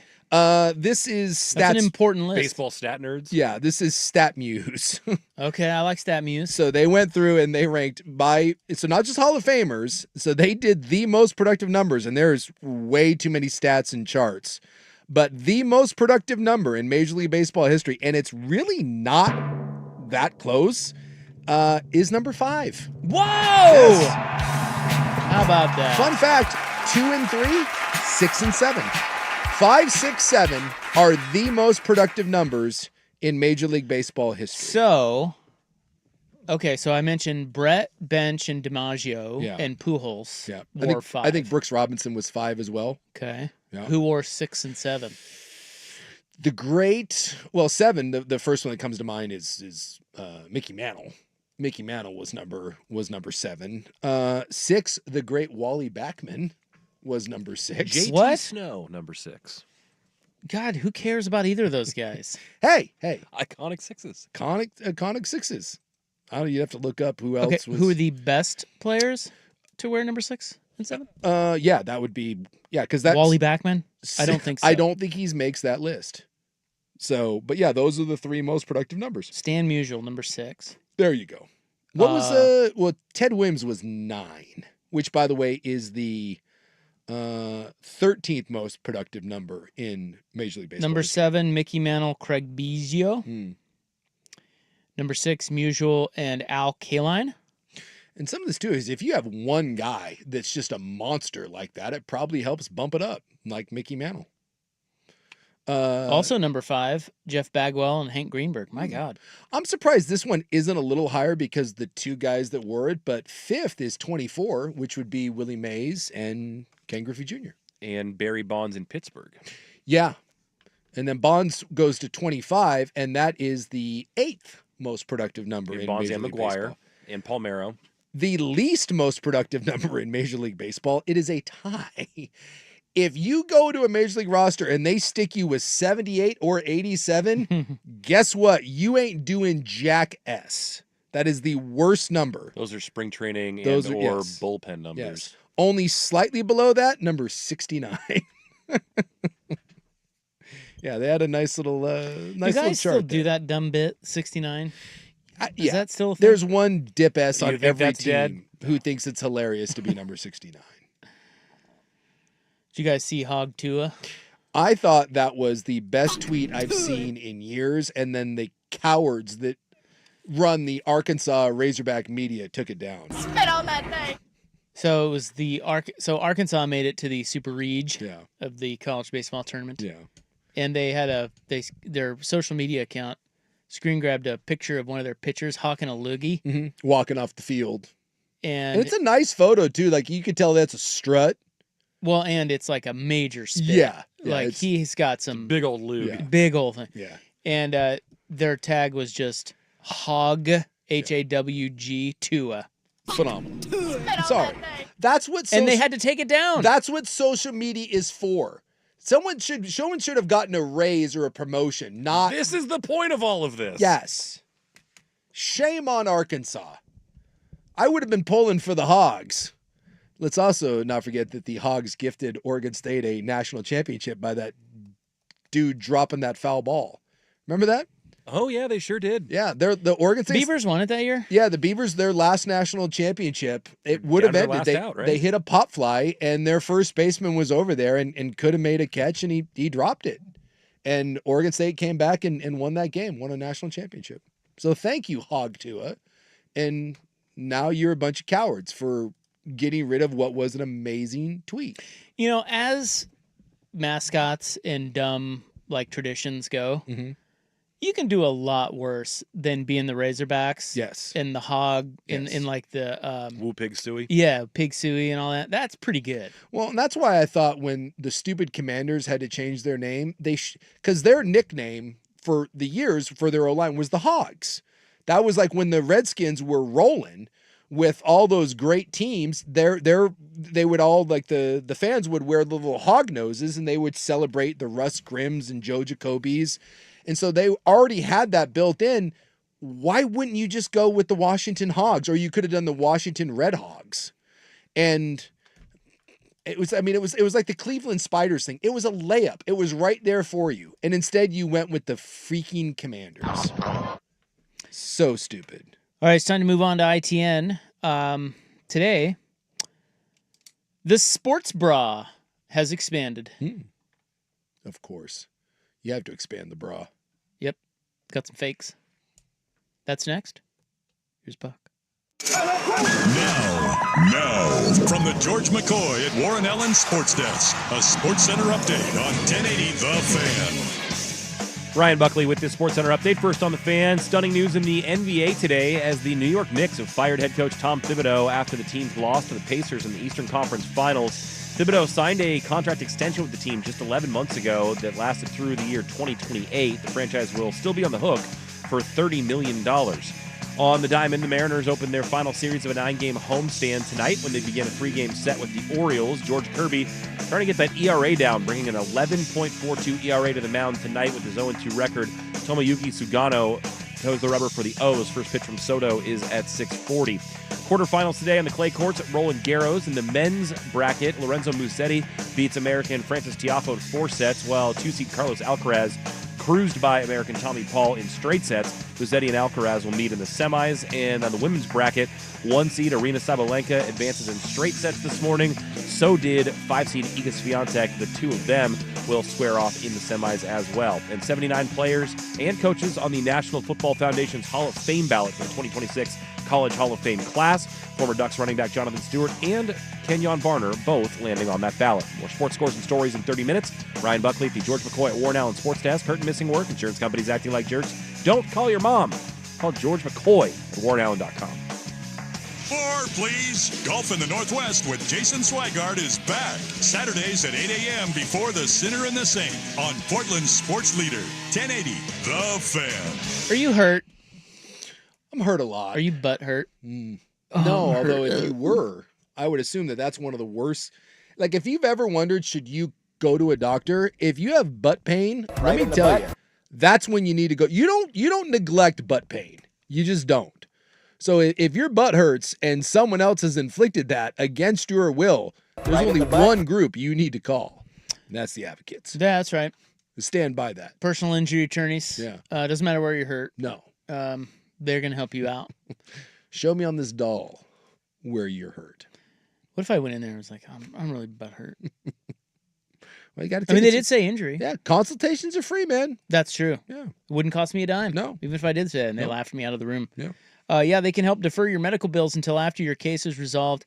They don't get paid until you win at the Advocates. So call Ken and Donnie. Consultations, as Suk said, they're always free, and it doesn't matter whether your case is big or small. Now, how your little puny butt's been hurt. Yep. The Advocates, they have the right team. They're going to get you maximum value for your injury. So they'll fight the insurance companies for you so you don't have to. What a reputation they have. Ken and Donnie, they're our friends, and they should be your first call if you've been injured. You need more than a lawyer. You deserve an advocate. Go to advocateslaw.com. We all hear the radio ads about the IRS. They tell you to be afraid, to be scared, and they try to frighten you into calling. I'm not here to do that. Tax Relief Advocates is different. TRA is here to tell you that if you owe money to the IRS, whether it's $5,000, $50,000, or $500,000, we have a solution. It doesn't matter if you're sitting in your car, at work, or with your kids. No matter where you are, call now. 800-575-6986. Don't lose hope. TRA can eliminate or reduce what you owe to the IRS. Generous programs are now available that can give you a fresh start. Our passion is taxes and helping individuals fix their IRS problems. We have over 1,000 5-star reviews on Google and an A+ with the Better Business Bureau. You don't need to be afraid.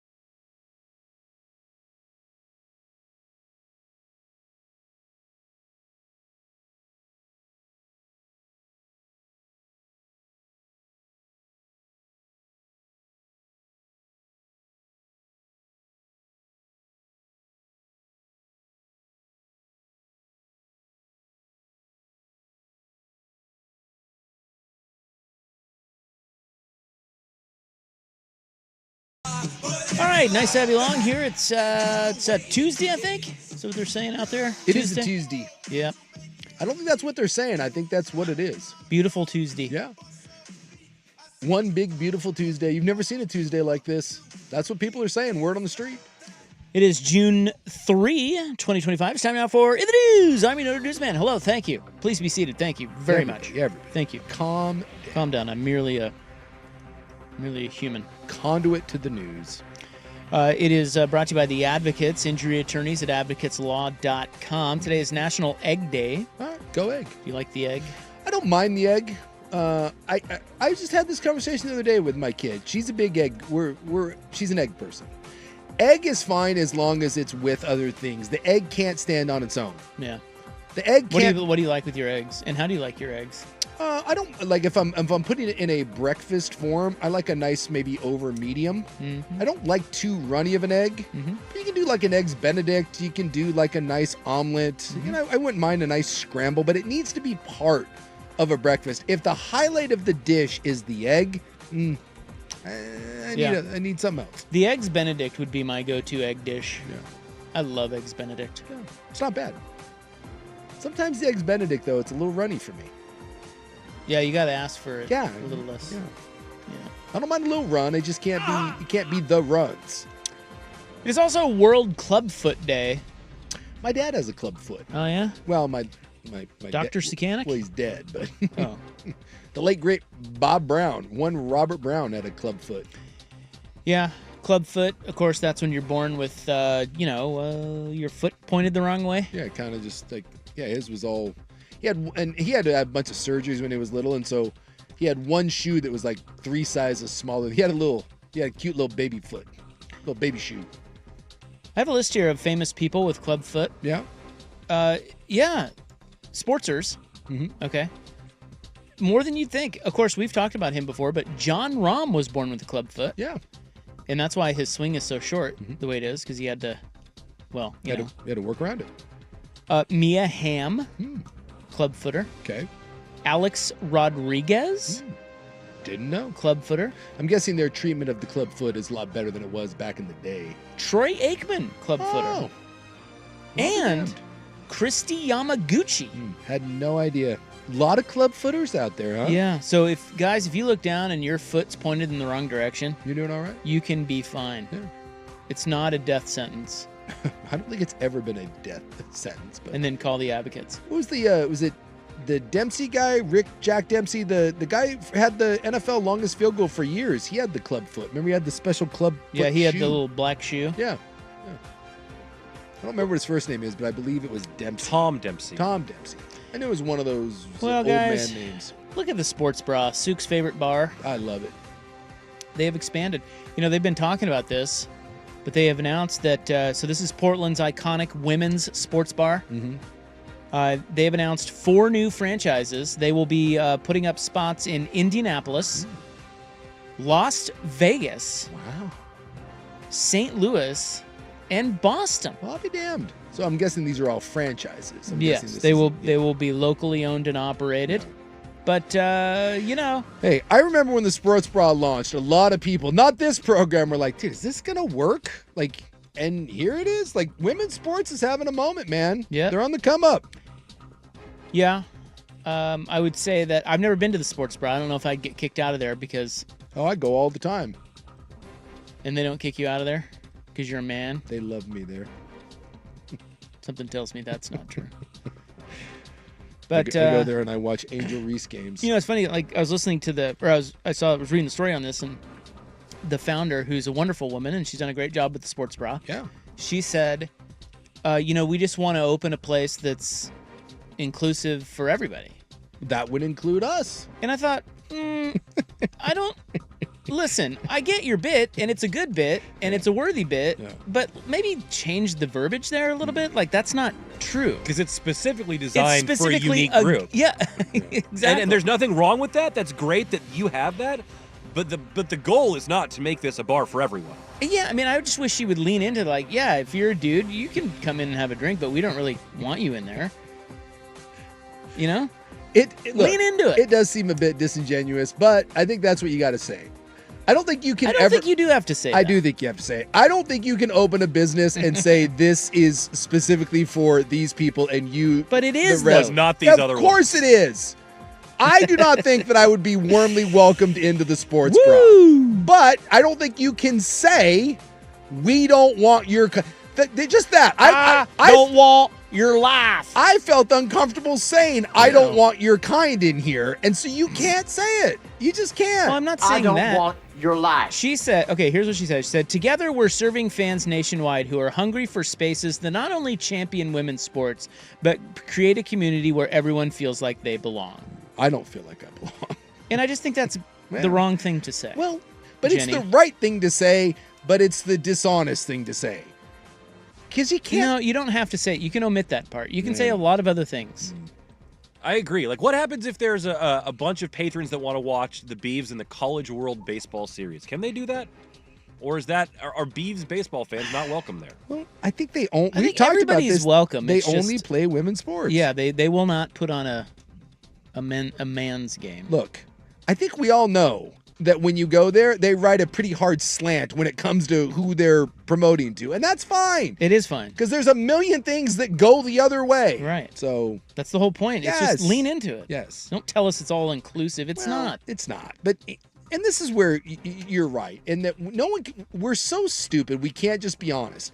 Not everything is for everyone. We discriminate in a different way. Ours is more wholesome. Yeah, we better be careful here, fellas. Yeah, I know. We're right. Riding the line again. It happens. Oh boy, here comes the meeting. Either way, I'm dead serious. One of these days I do want to go over to the sports bra Well, get just to see. Now you can go to one in Indy, LA, St. Louis, or Boston. Well, I haven't been to the one in Portland, so I'm guessing I'm probably not going to go to the one in OG. The other places. Where is the sports bra? I'm making it a point. I'm going to the sports bra. I feel like you've been saying that. I know. I keep saying it, but it's like I go to enough bars. For God's sakes, I'm at bars all the time. It's on Broadway. I need to get over there. Across from Cha-Cha-Cha Mexican Taqueria. Problem is, I don't go over there very. I need something in that area. 24th and Broadway. I need something over there that I can go to and then be like, oh, I'm right over there. Correction, 25th and Broadway. You would be over there if you went to... I need to go to a Fred Meyer. The Bridgetown Church. Yeah, and that's not going to happen. Hush Tan. I've been to that Cadillac Cafe over there. All right. They make that Cadillac Cafe makes a nice grilled cheese and tomato soup. I mean, it's not far from Lloyd Center, really. Again, unless I'm planning on getting shot, there's no Going to reason the Barnes and Noble over there. No reason for me to go to the Lloyd Center, for God's sakes. The Goodwill's over there. Yeah, they got a Goodwill. There's a Freddy's. It's right behind a Freddy's. Maybe that's the next time I need to go to Freddy's. That's it. I got a buddy of mine that we go to a lot of bars. I'm roping him in. I think you should. You're going to the sports bra. Do it for the show. See what happens. I am genuinely curious. I mean, I'm sure it's just regular bars like anything else. Yeah. And it's probably pretty good. I mean, it's had some success. The food looks pretty good. Yeah. I was looking at the menu. I'm just kind of interested to see what, let's see But how I think- accommodating and welcoming it is, See, I Jenny. think what you need to do is go in there and have a drink. Yeah. And just be a patron. Just They'll see. serve, whatever. But then ask for your baseball game. I don't think that's going to work. Well, I think it's not about what you think. Yeah. It's about what happens. Okay. Then ask for your MMA fight. And say that women are on the card. That is Ooh, true. that's a good That call. is true. Yeah. Or Women- you could wear a dress and go in there. I think that would probably make me more welcome. I think the question is, Ooh. am I welcome if I wear a Make America Great hat looking like I do and wander in there? I don't know why they wouldn't serve you. Money's money. Money is money. Or is it? On that note, did you see that CC Slaughters is closing? Yeah. That's your favorite dance club. Yeah. They said no more. It's the, of course, the famous Portland gay bar. Yeah. In Old Town. First opened in 1981, relaunched in 2021. They are closing August 3rd. You're gonna have to head over to Silverados instead, or maybe the Eagle. Not that I would know. Just merely saying. So the owner said, we're not in the 80s and 90s anymore where if you were gay, you really kind of needed to go to a gay club to feel inclusion. Portland has progressed so much. You can be gay holding your boyfriend's hand in pretty much any club, and it's fine. That's awesome. So what we're saying is the closing of CC Slaughters means that we've progressed. Look at us. That is kind of what they're saying there. So maybe in 30 years we will no longer need the sports bra because now we can just have. Look at you. We can just have a sports bar. Jenny Nguyen on line 1. Look at that. What else do I have for you here, fellas? You noted newsman, you're counting on me. Hey, listen, you know, I got a story about a DoorDash driver. Well, he's a former DoorDash driver. He got canned. He got canned. He did something that you're not supposed to do. He went back to a place where he delivered goods and had a gun and I'm gonna just say was wanting a cash tip. So you probably not supposed to. Well, I don't think you're. Well, that's not supposed to do that. Is it a tip if you have a gun, or is that just robbery? That feels like robbing. Or is this a new loophole where I can like do something for you and then I just pull a gun and I'm like I wasn't robbing the person, I just felt entitled to a tip. That story next on In the News on the Fan. This is the Fan's Window into Sports, a view into today's top stories, brought to you by Window Nation, online at windownation.com. Hit out towards center field. Hogart underneath it. Murray State races into Super Regionals for the first time in program history. You see what he did there? They're the racers. Yes. And he said they are racing. Oh, so clever. Into the Super Regionals. Yeah. Unfortunately, though, so Murray State made it as a fun little upset, but Little Rock did not. LSU took care of business, so. R.I.P. Little Rock. R.I.P. Little Rock. Window Nation brings you the Window into Sports Report. Buy 4 windows, get 4 free, plus a free entry door when you purchase a house of windows right now at Window Nation.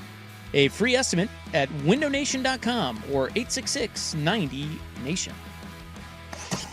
The home of Dirt and Spray. I'm Dirt. Everybody around the league is gearing up for this to be one of the biggest off seasons we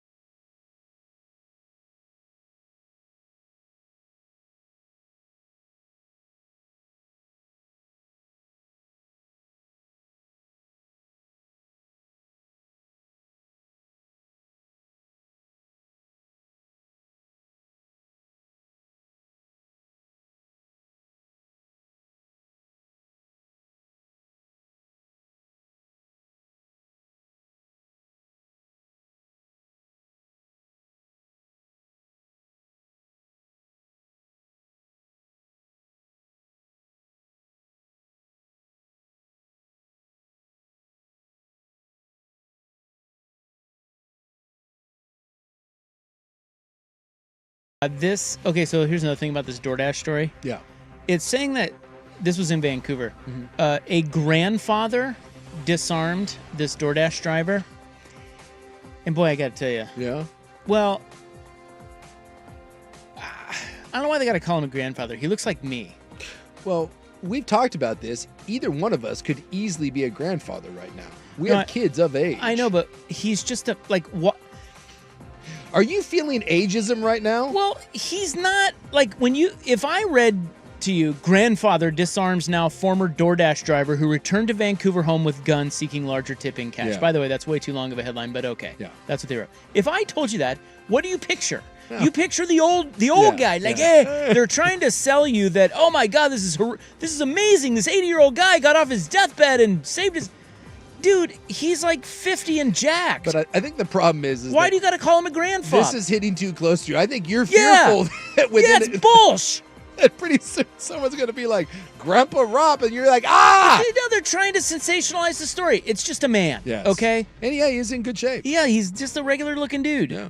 Last Thursday, a Vancouver grandfather intervened when a now former DoorDash driver who had delivered groceries to their home the previous night showed up and demanded a cash tip from his daughter. Jeez. Yeah. This is, by the way, I mean, we've talked about the tipping culture, but like these videos circulate all the time, not to this point, but there is some nasty like Ring doorbell camera videos going out there about DoorDash drivers that aren't getting tipped and they lose their S.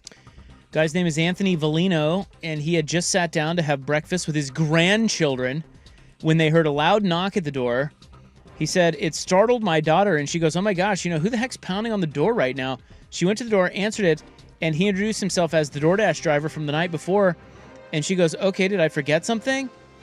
And then he said, although his daughter gave a tip through the app, it was about $100 worth of groceries. She did tip him. The driver wanted a tip in cash. Yeah. And so he says he was really loud. When I went to the door, I immediately smelled alcohol. For a split second, I thought about giving the guy a couple bucks, but then he said, I want my tip. And I said, whoa, I think you need to leave. Yeah. A scuffle ensued. Dude, it's a badass video, by the way. And that's when Valino realized the man at the door had a gun. Yeah. He said, when I felt the steel, my heart just sank. I was like, oh my God, help me now. He tripped up against my wife's car. And as he was on the ground, I came about right here and I leaned over and I cleared that handgun. Yeah. Remember, he's just an old granddad. Well, it's funny in that the DoorDash driver looks older and frail compared to the actual granddad. The driver also is an old man. I don't know if he's a grandfather, but he's. But how old do you think the grandfather is? The grandfather looks like he's probably late 40s. Yeah. And I would say the driver looks like. That's not an old man. The driver looks like he's in his late 50s. But the best part is after the dude disarms him and he shoves him to the ground, the guy tries to get him to give his gun back. The guy reaches out his hand and wants the gun back. And surprisingly, he says no. He clears the bullets, empties the clip out of the magazine, and tells the dude to get off. By the way, that dip-ass is really lucky that that's all that happened to him. Dude, that guy easily, the dude that took the handgun from him, easily could have beat the hell out of him or shot him. Well, he did get arrested. Yes.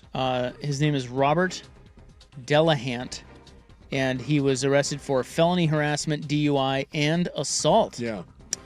And neither guy was injured. No. That is really fortunate that no one was shot over that. But have you seen some of the videos? Like some of the DoorDash drivers, dude, it is crazy that if you don't leave a tip. I saw one on. Well, she did though.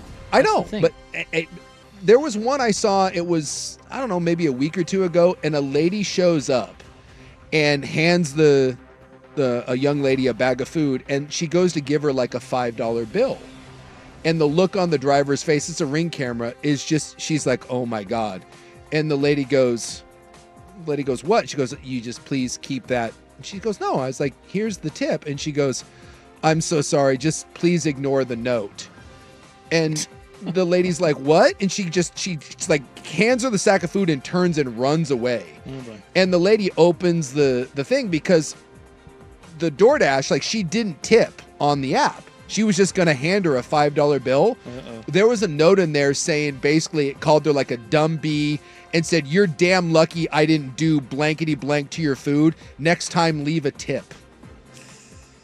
And so, I mean, dude, some of the ballsiness that's going on right now over this tip thing. Hopefully, she learned a lesson. Is crazy, isn't it? It's a tip. It's like money's.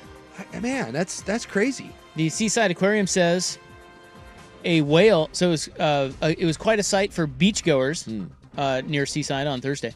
A large adult whale washed ashore between Delray and Sunset Beach, about 12 miles north of Seaside. Is there? And I know what you're thinking.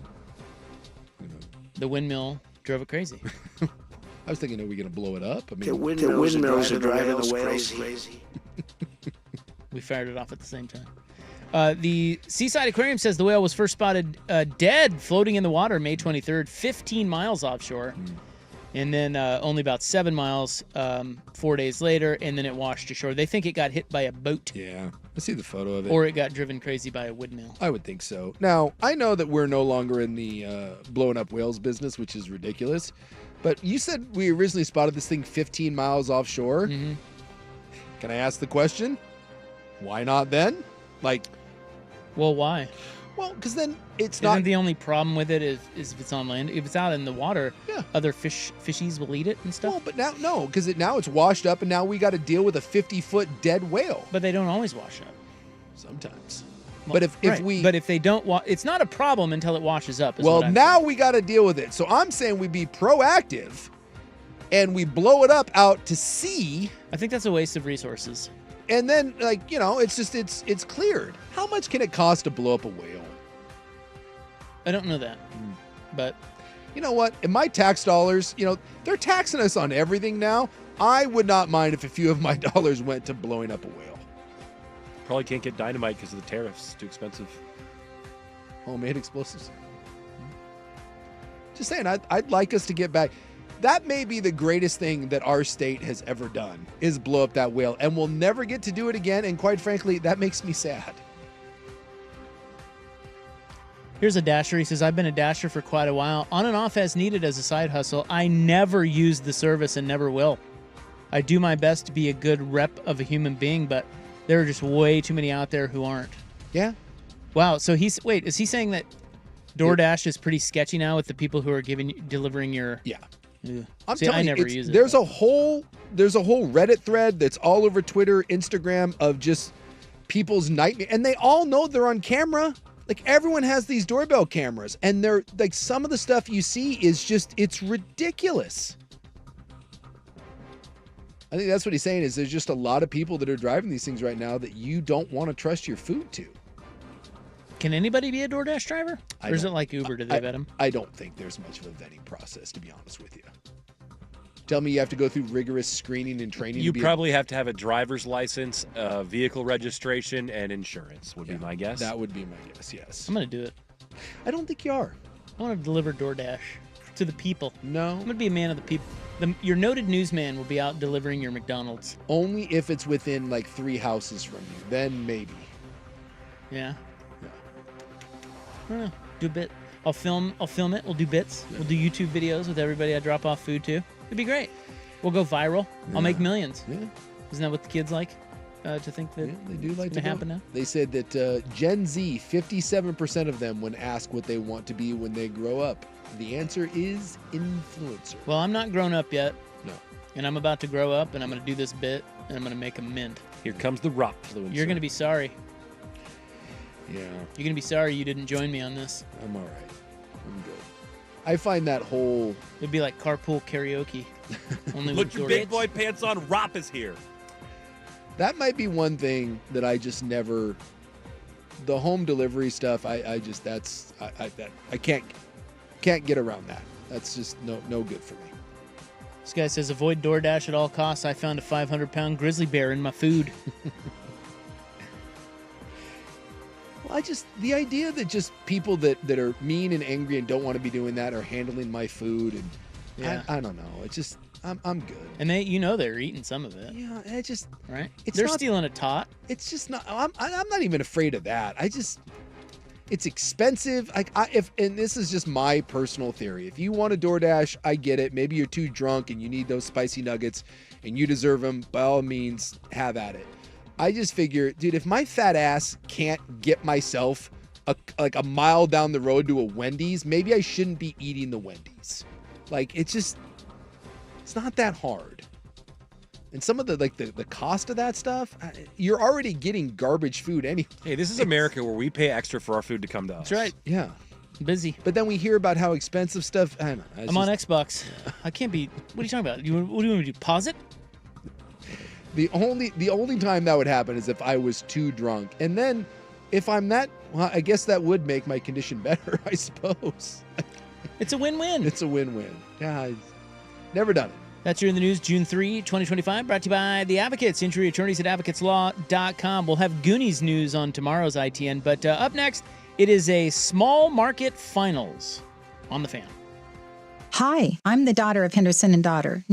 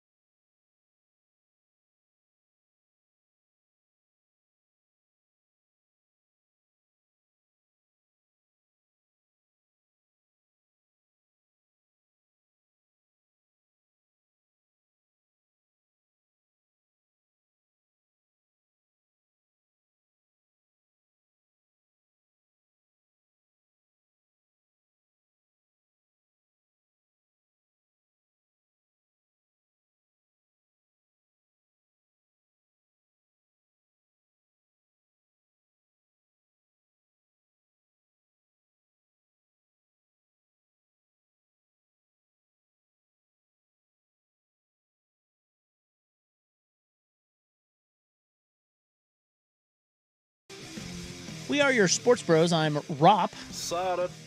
And that's Big Suk right over there. Right here. Oh, dude.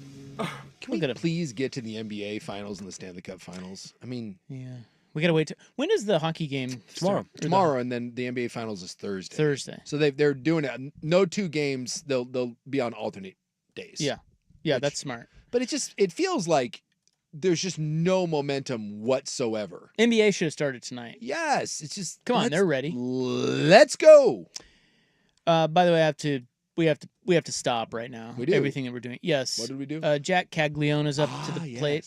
Yes. He is the hotshot Royals rookie. Yeah. A handsome lad. Making his major league debut. He was just in the College World Series like 2 years ago. Oh, but did you see what happened there? They showed. I'm assuming that's his dad. That they just showed in the stands. Okay. I don't know if because he was sitting right next to the dad. My man got caught going down the pants and then the hand smell.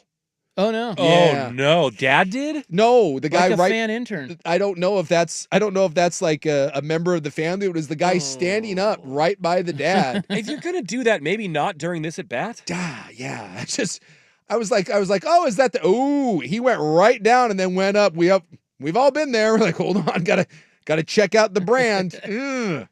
Yeah, it's well, the internet will have it here. Right there, that guy in the 14 jersey. That may be a family member. Oh, rough. Did he hit a bomb? No, it's into the gap. Gapped one. Oh, great catch. Damn it. Boy. Dude, that was close. Hung up there a little bit. Can we just talk about him being a Hall of Famer right now? I love that everyone's losing their S on a flyout. Well, it was his first major league at bat. This is a deep shot. That is the deepest part of the park, and that is a great play by the center fielder. And yes, I do believe the dude that got caught sniffing his junk. I think that's a brother. It looks like either that or it's his sister's boyfriend. Yeah, it's part of the family.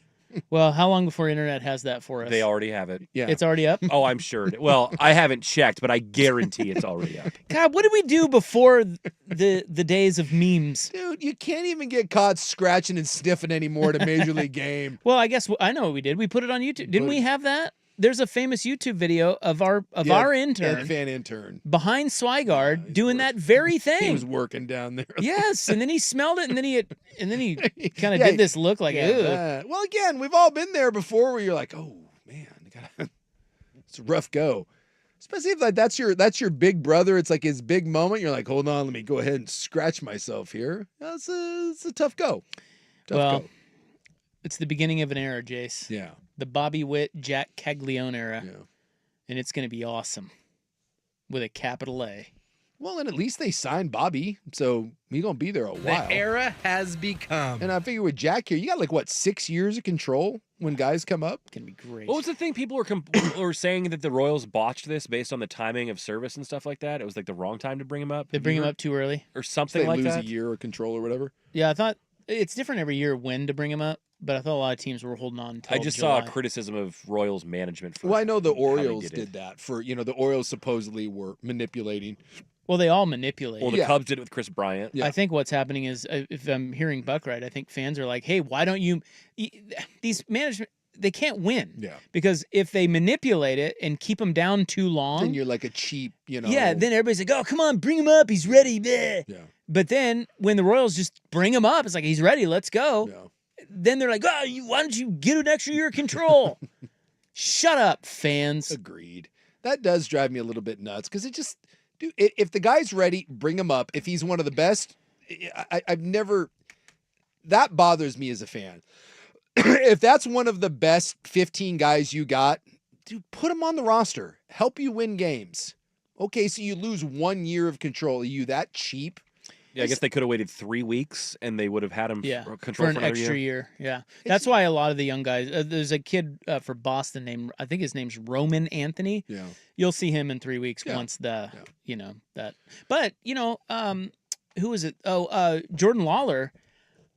He's like the big stud for the Diamondbacks. Mm-hmm. They said that at the start of the year he's the top prospect in all of baseball. Yeah. Dude, they brought him. You want to talk about now? There's some criticism here. They brought him up. and didn't play him. Yeah. And so he played sporadically when a guy an infielder needed a day off or something, and he went like 0 for 15, and then they sent him back down. Yeah, if you look it up, I saw this the other day. He has a stat line, and his batting average is zero. He never got a hit, Never and got a he hit. struck out like 13 of the 15 times, Yep. and they didn't want to play him, but he was raking in the minors. They sent him back. And so they sent him back, but what are you do? He's the number one prospect. Make a spot for him. Either that or leave him down there. Yeah. Why are you... What a weird way to treat a rookie. I think often we assume, maybe not here in Portland, but we assume that when you're in charge of $1 billion franchise that you know what you're doing, and that just isn't the case.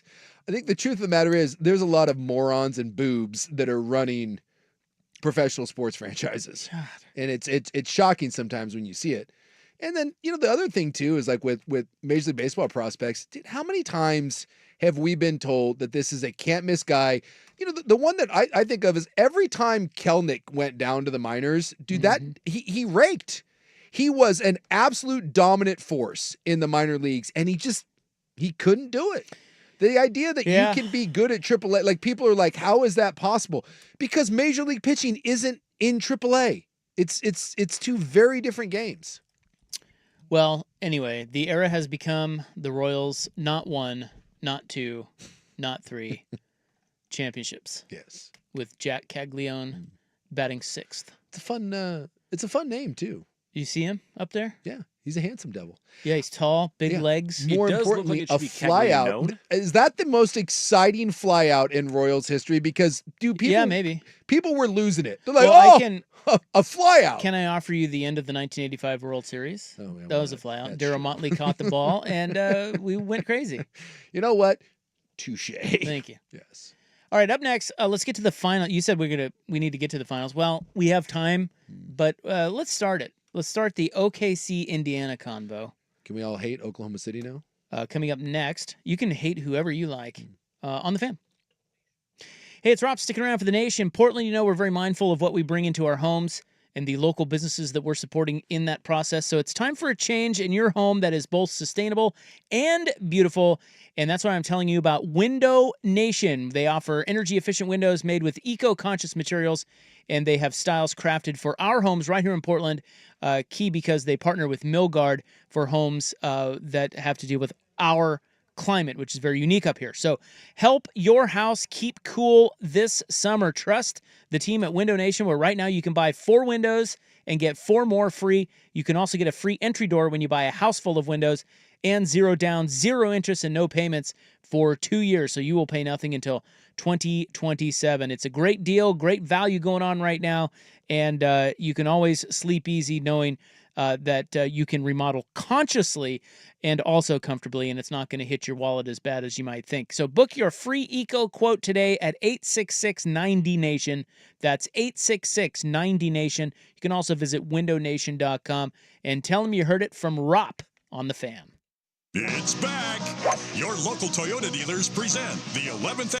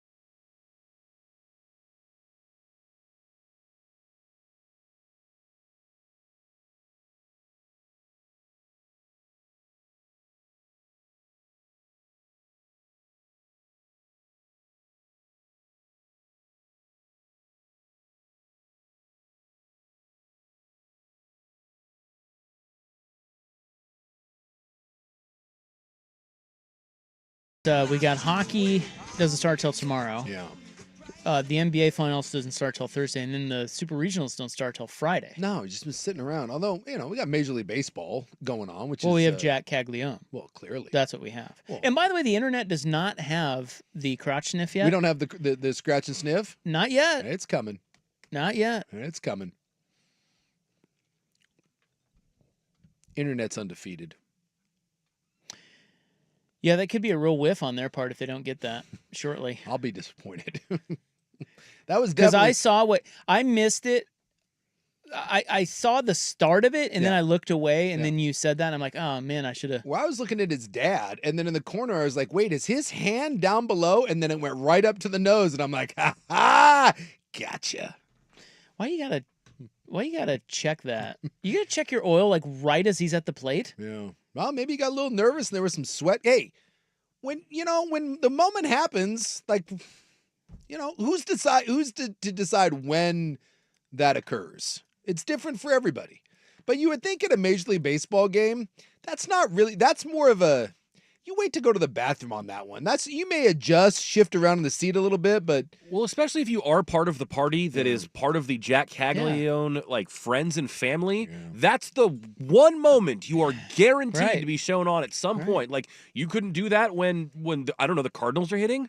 Yeah, and he had his phone out because he was filming it. Yeah, the dad was. He knew the moment was big. The kid was too. Yeah, they both. I don't know who he is, but yeah, he knew what was up. What? The Mets game yesterday, there was a lady that got caught falling asleep, and they were giving her the business.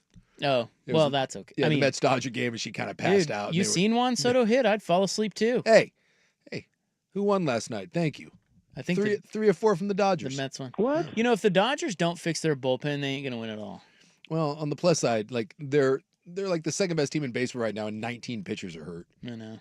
And they'll fix their bullpen. Exactly. Come the trade deadline, they'll make a deal. They'll go raid the Orioles' pen, who stink. Well, we have the finals. It is the small market finals of Oklahoma City and Indianapolis. I am waiting to see, because I think the NBA is probably sitting around right now horrified that it's Oklahoma City and Indiana. I think but for every, and I've heard NBA guys that bitch about the way the media complains and fans complain about the NBA. That Barkley talks about this. That it's a constant bitch fest. And so for all those people that have complained, and neither one of us are big NBA guys, and speak for yourself, Mr. NBA over here. But for everyone that complains, this series should be everything that is right with basketball, right? All the things that everyone hates about the NBA, this is not it. This is the exact opposite of that. They are teams that are easy to root for. They have been built sustainable ways. It's not like a team of superstars. Neither one of them plays a boring style. Far from it. It's not hero ball. I mean, this is what you want out of your NBA finals. I think to a lot of people it feels like a blowout waiting to happen. I'm not sure that that's true, but that's what it feels like. Because Oklahoma City is just that good. If we get a decent series, let's say it goes 6 games, and we hear, worst ratings in 15 or 20 years, then it just turns out that everyone's a hypocrite. And that all that crap that people complain about the NBA, at the end of the day, you want superstars in big markets, and you want you want teams to be assembled a certain way. But don't you think that if it's a good series, the ratings will be good? I hope so. And if it's a bad series, the ratings will be bad. I think where a Lakers-Celtics finals kind of gets you is that no matter what the series is, it's going to get more eyeballs just because it's Lakers-Celtics, which is what the NBA wants. See, and I think this will be a better series than people are giving it credit for. I hope so. So, we'll see what happens. My Pacers, whom I picked at the start of the year because I'm Mr. NBA, Clearly. or at the start of the playoffs. I did see, I was watching a thing, David Letterman was, who was he going around? David Letterman, earlier in the year, David Letterman does the Netflix thing. Yeah, he's got an interview show. Yeah, he does a little interview show. So he did the TNT guys. And he spent the entire time talking about the Indiana Pacers going to the NBA Finals, and they were giving him a hard time. And Letterman had a little, bit recently. I saw he had a statement or whatever, telling the TNT guys to cram it, because here they are in the NBA. Dave Letterman's the one guy that believes. The other guy is your co-host. I mean, you have been on the Pacers the entire time. As a matter of fact, they became my Pacers at the start of the playoffs, and I was just joking. Yeah. And yet here they are. I was being stupid. Yeah, because and yet here they are. Yeah. And that's So I like stories like this. And Oklahoma City should be, minus the stealing of the team in Seattle. And in Portland, you hate Seattle anyway, so that should make you happy. This is a team that you should be rooting for. The Pacers, my Pacers final run is eerily similar to their run in 2000, which is the last time they were in the finals with Reggie Miller. Yeah. They beat the Bucks in 5 that year. Beat the Bucks in 5. Okay. They beat the Knicks in 6 that year. Beat the Knicks in 6. Yeah. And they then had to face the team with the best record and the MVP in the finals. And that back in 2000 was the Lakers and Shaq. Yeah.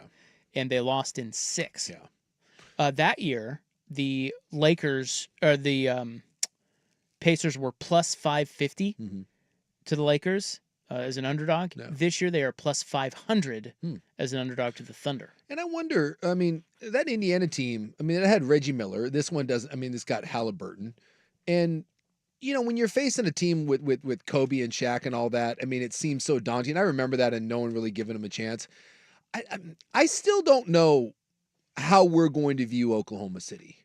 If Oklahoma City finishes this, that's a team that won 68 games, lost once to the Eastern Conference, did get pushed by the Nuggets to 7 games. Other than that, it's been kind of a breeze through here in the playoffs. If they run through Indiana, I'll be interested to see what we make of Oklahoma City. Because they have the makings. They have the makings of a dynasty, but even if they're just a one and done, historically I'll be very intrigued by what to, and they have the MVP, for God's sakes. Yeah, they would have beaten the Grizzlies, Nuggets, Timberwolves, and Pacers. Not exactly a murderer's row. It is definitely not. I don't think they'll get a lot of credit because of that. But 68 wins and an MVP. Well, yeah, but again, I think, you know, I don't know. I think you're probably always going to hear you know, you got to run through. Sure. Well, who would it be that they would have to run? I mean, they ran through Denver. Denver won a title. Yeah, Denver won a title. And you ran through that MVP. But I think the idea is I think people wanted to see him beat Boston maybe. Or, I don't know. I guess does beating the Lakers do anything for you? I mean, or the Cavs. I mean, the Grizzlies were the 8. Yeah. The Nuggets were the 4. Yeah. Timberwolves were the 6. Yeah. And now the Pacers are the 4. Yeah, not exactly. So, yeah, you'll hear that one. Sure. Well, I mean, this will be the 7th year in a row that we've had a different team win an NBA. Which I think is great. I do too. Great for the league. But of those teams that have won, do we consider any of those teams great teams? You mean individually great teams, well, or like dynasty? I'm just saying. When we look back, on it, like we remember, obviously those Golden State teams. We remember the Bulls. We remember the Lakers. We remember those teams. When you look back over this run, let's say Oklahoma City wins it this year, and then next year we move on to someone else, and I don't know, Minnesota gets over the hump or Cleveland gets over the hump, and Oklahoma City just becomes like another team. You go back to these last 7 championships, are any of those teams really thought of in very high regard? Well, I mean, wouldn't the Warriors be one of them? Yeah, that Warriors team. But I would tell you what, that's the worst of those Warrior teams. The Lakers had LeBron. That was the COVID one. Yeah, and that no one gives them any credit for. That was LeBron and Anthony Davis, and people don't even give them credit for that. Toronto doesn't get any love for theirs. Well, I mean, Milwaukee gets dismissed. The Bucks. Yeah, they really do get dismissed. Milwaukee gets dismissed. That team was awesome. The Nuggets is just like, well, it's Jokic and a collection of whatever. No one thinks about that. This is a good question. Who is the best of the 7 teams? It'd probably be Oklahoma City if they win it. But say the last 6. I thought it would be Boston, but I'm telling you, it's so weird because like Boston loses this year, and now everyone's like, Boston, it wasn't that great to begin Toronto with. is in there too. Yeah, Toronto's in there with the Kawhi. Yeah, no one. It's just they were awesome. It's weird. Again, this goes back to my be careful what you wish for, because we all say, you know, we don't want the same handful of teams. And yet when we get titles like this, we just dismiss them. We're like, you won a title. Like Giannis took a very average Milwaukee team. Jokic took a very average Nuggets team, and they led them to a title. And if that's all, if that just ends up being a one and done, people will look at those and they're just it's not viewed as anything like of. I just thought winning a title. I thought it used to mean more. Well, But- I think we're spoiled by the Lakers and the Yes. Spurs and the Yes. Warriors. You know, like when those teams win 4 or 5 rings, that's real. You know, like, and even Miami. Well, not really Miami. They won but 2.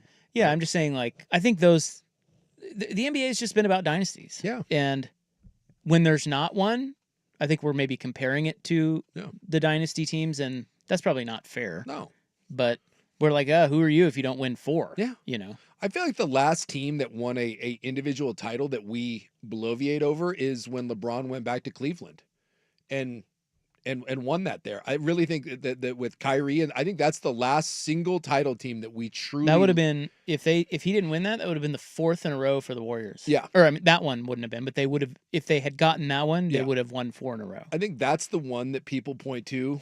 And other than that, I just think we largely kind of dismiss them. And I whoever does that, whoever ends up winning it this year, Oklahoma City or Indiana, I hope we don't. We do a disservice to the league, and we do a disservice to players and legacies. No, I agree. When we dismiss these things. I agree, but I also think, you know, if you go all the way back to even before the Bulls, even the Celtics, like way back, this league has never not had a dynasty. No. And it's weird. Yeah. This is the first I've thought about that, but it's weird that they don't have one right now. And it looks like Boston's is we thought maybe Boston was getting ready to go on one, but now with the Tatum injury, and they're saying that roster is going to get shakeups. No, they really don't have one. No, unless the Warriors can peel off one more. Yeah, but I even don't then, that's not really a dynasty. That's just going to be kind of a you know you're putting a final piece on what was. The question is, this raises the question: does the NBA need a dynasty team? And this is I go back to it. I think it does. I think it does too. As much as. Because you root against them. Yes. You want somebody to knock them off. Yes. As much as we love to bitch and moan and complain, to me, this run and the way people talk about the game, the way that people cover the game, I think for the game is better off, the conversation is better off, the casual viewer when there is an 800-pound gorilla. And maybe that gorilla, by the way, resides in Oklahoma City. Like if they run roughshod over Indiana, think about next year. You want to talk about like best odds to come back? Like Oklahoma City will be the overwhelming favorite. We'll already talk about them like they're a dynasty. If they blow through the Pacers in 5 or 6, the hype around the Oklahoma City Thunder, oh my God. And then they'll get Giannis. And KD. It'd be something. All right, we're going to stick with the NBA coming up next. It's curtains on Inside the NBA on TNT, but we will still see the show on ESPN. So we'll get to that and a few scuddies from the NBA. We have the new odds-on favorite to land Giannis. Do you have any idea who this is? Because it's kind of out of the blue. Is it? A little bit. Because I thought of like 3 teams when this all circulated. So my guess is it's not going to be one of those 3 teams. Kind of out of the blue. We'll get to those items when we return. But first, Buck. Now, from the George McCoy at Warren Allen Sports Desk, a Sports Center update on 1080 The Fan. Brought to you by Vulcan Design and Construction. Check out their award-winning outdoor living designs or schedule your free design consultation at vulcandc.com. First on the Fan, some surprising news in the association today is the New York Knicks have fired head coach Tom Thibodeau after the team's loss to the Pacers in the Eastern Conference Finals. Thibodeau had signed a contract extension through 2028. Just 11 months ago, the franchise will still owe him $30 million. On the diamond, the Mariners opened their final series of a 9-game homestand tonight, sending George Kirby to the hill when they open a 3-game set against the Orioles. Tomoyuki Sugano gets the ball for the O's. First pitch from Soto at 6:40. Quarterfinals today in Paris at Roland Garros. The men's bracket sees Lorenzo Musetti oust American Francis Tiafoe in 4 sets. Meanwhile, tournament 2 seed Carlos Alcaraz cruised by Tommy Paul in straight sets. Musetti and Alcaraz will meet in the semis. And in the women's bracket, the 1 seed Aryna Sabalenka advances in straight sets. She will have to get by 5 seed and 4-time French Open champion Iga Swiatek to advance to the finals. More sports scores and stories in 30 minutes. I'm Ryan Buckley at the George McCoy at Warren Allen Sports Desk. Hurt and missing work. Insurance companies acting like jerks. Don't call your mom. Call George McCoy at warrenallen.com. The inside story on the Blazers, Ducks, and Beavers. Danny and Dusty. Weekdays noon to 3 on the Odyssey app and 1080 The Fan.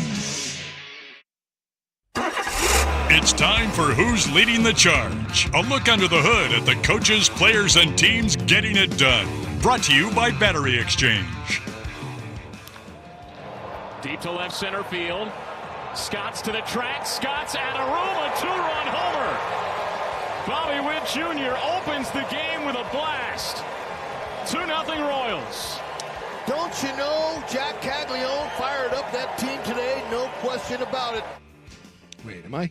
Well, Bobby Witt was pissed off. All this Jack Caglione talk, Bobby Witt's like, not so fast. Wait, so they just give the rookie who's done nothing the credit for They did. Bobby Witt's home run? Fired up, fired him Bobby up. Witt. Yep, got him fired up. And then he hit one out because he's still fired up. And then he's going to go walk on water after this game? Caglione might. I guess. He's the new Bobby Witt. Hasn't even gotten a hit. No. Bobby! Who's Leading the Charge? Brought to you by Battery Exchange. Mention code BXT10 at checkout for 10% off your entire purchase online at batteryexchange.com. Hey, it's Dusty. Victorico's breakfast tacos are the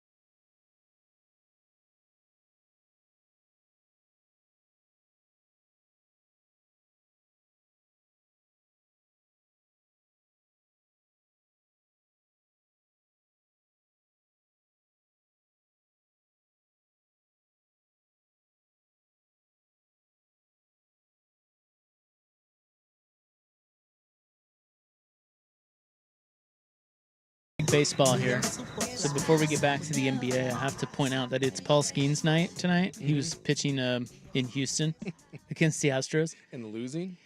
Well, yeah. So if you haven't followed the Pirates this year, they're terrible. Yeah. But Skeens is awesome. And he came into the night, I think he's 4-5 is his record. With a 2.15 ERA. Yeah, but his ERA has been great. Tonight, he has thrown 8 innings. He has allowed 3 hits, and he is losing 1-0. So what you're saying is Paul Skeens is a loser, and why did he give up the 1 run? Yeah, gave up a home run to Christian Walker, Well, and he's clearly a bum. God, dude, the Pirates are smelly.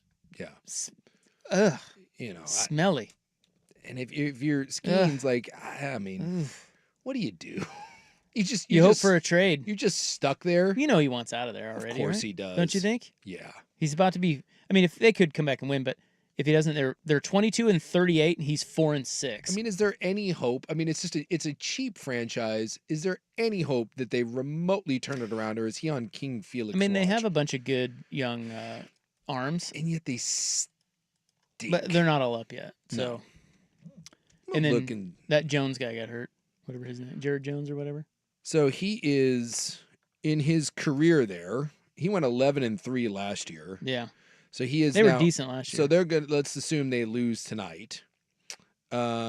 He will be 15 and 19 with a career average ERA of 2.03. 15 and 9. No, 15 and 19. Oh, no. excuse me, 15 and 9. Yeah. With a career ERA of 2. Trade him. He'll be a Yankee in 3, 2. You know, worse. What would you have to give up for him? A lot, but you know, these big teams, they don't care about giving up young guys, prospects. You know what would be worse? I think it would be worse. This is the first time I'll ever say this. Yeah. It would be worse if he went to the Dodgers. It would be worse. Yes. You'd rather him stay in Pittsburgh and be terrible. No, than the Yankees. Than the Yankees. Yes. Yes. Because for me, I've always hated the Yankees because I'm in the American League and we've had, Yeah. Well, my team, I'm not. I couldn't handle it. Although maybe I'm an American leaguer. I feel like it. My team's in the American League, so we Yes. always grew up like loathing the Yankees, right? Big money. Well, everyone does. Team, the small market team. Yeah. And so it's always been the number one. It's like, oh, Yankees are going to get that guy. Yankees are going to get our stars. Well, this is the first time that I think it would actually be worse if Paul Skeens or whoever the star is goes to the Dodgers.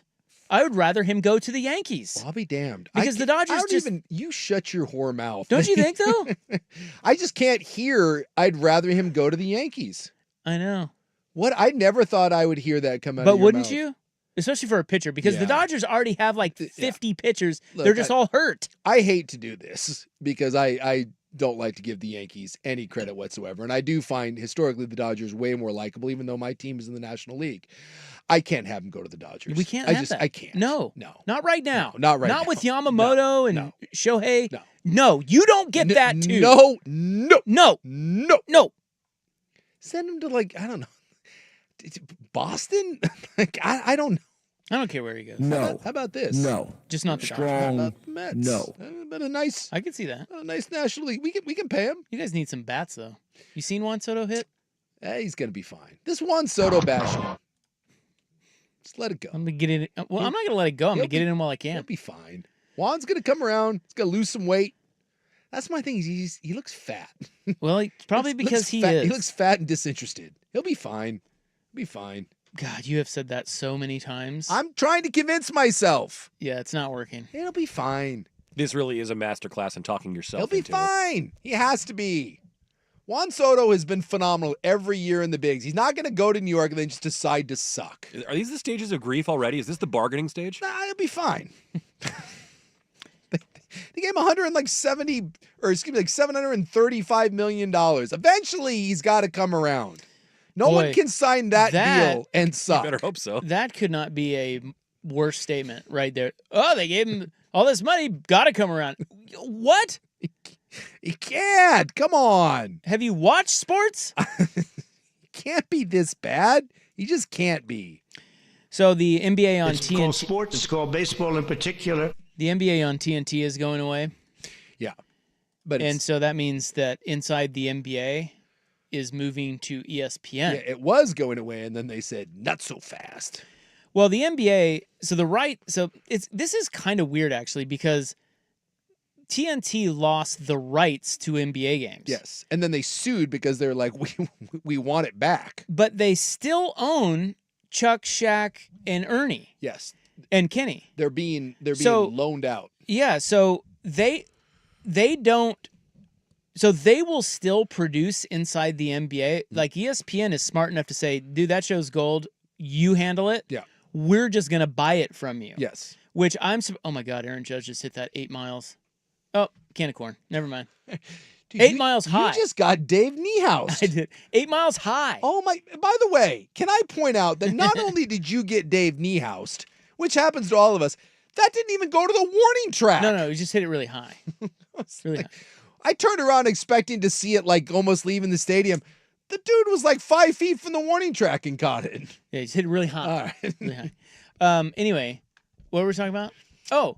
Inside the NBA. So Chuck and Shaq and Kenny and Ernie are going to continue to do that in Atlanta. Yes. But they're going to have to change the set. Yeah.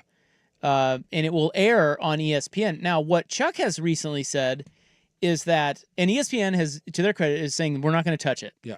We're going to let them do their thing. Okay, but Chuck came out and he said that TNT is already making them do dry run-throughs of their own show, where it would be on TNT, but he said it was awful and it's going to suck because they don't even have the rights to play NBA highlights. No. They can't play highlights. They can't play games.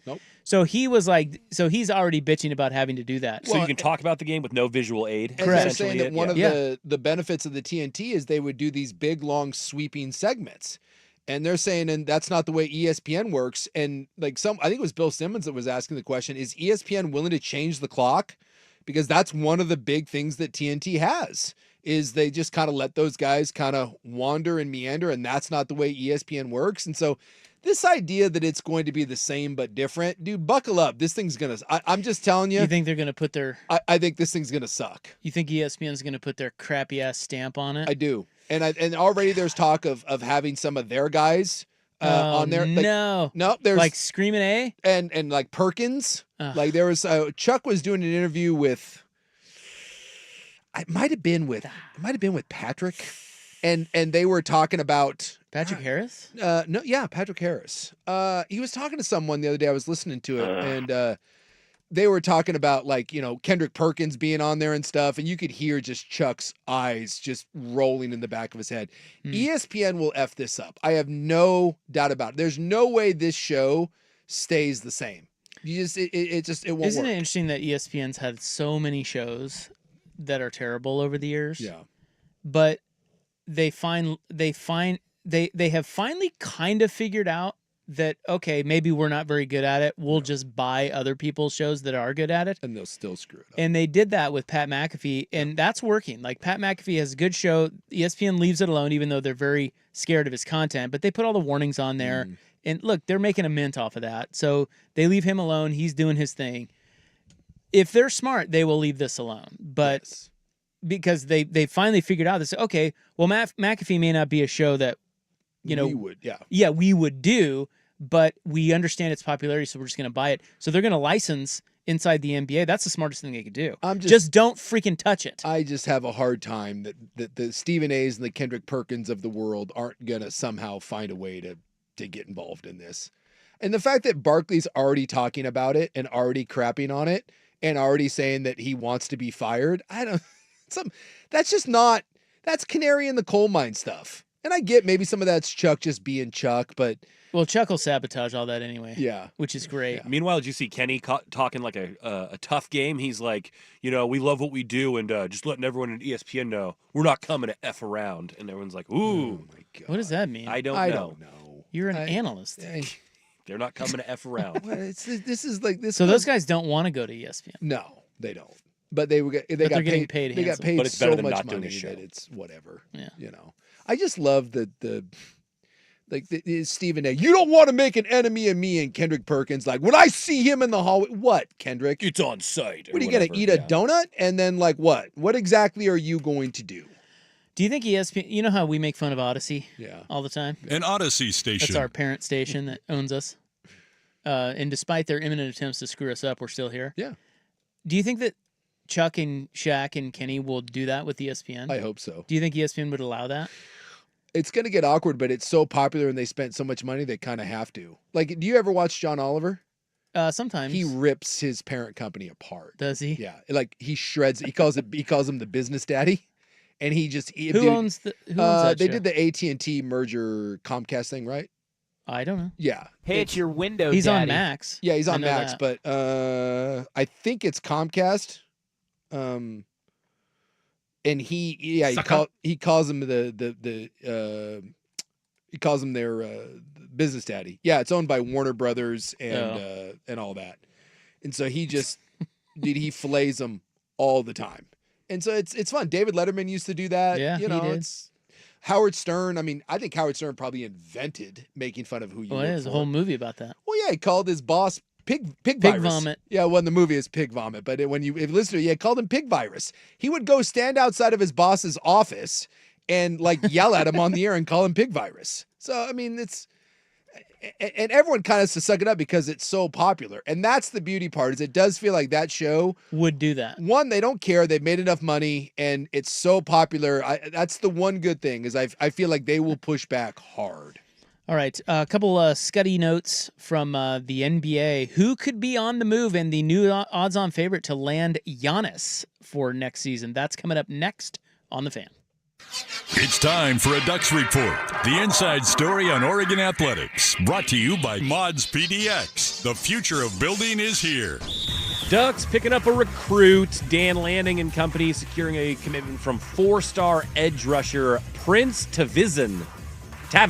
More importantly, did Dan Lanning have to take his shirt off and or jump in a body of water? There was no such video. Then I think that this is clearly a win. How old's the kid? He is this the 2027 kid? Correct. Kid? Oh my God! Can we put a moratorium on 2027? No recruiting talk. People it all need matters to know. Building depth starts now. That's right. How many teams will he commit to in between now and actually commit? 3? 0 at the Ducks only. Well, that's 1. Mods PDX, the future of building is here. If you're considering new construction and want it done right and fast by a team that's focused on innovation, collaboration, and creativity, you want Mods PDX. At Mods PDX, we craft beautiful, sustainable, energy-efficient buildings of the highest quality. Our modular approach means your project can be completed faster than traditional construction, and our team of uniquely qualified architectural and trade professionals have the expertise and experience to make your vision a reality. Visit us today at modspdx.com. Check out the Fan Merch Locker. There's a lot of people. It's like Woodstock, except everybody's got their clothes on. We have a new iconic 1080 The Fan logoed hoodie for you. Whenever you get one, you feel good about it. You can still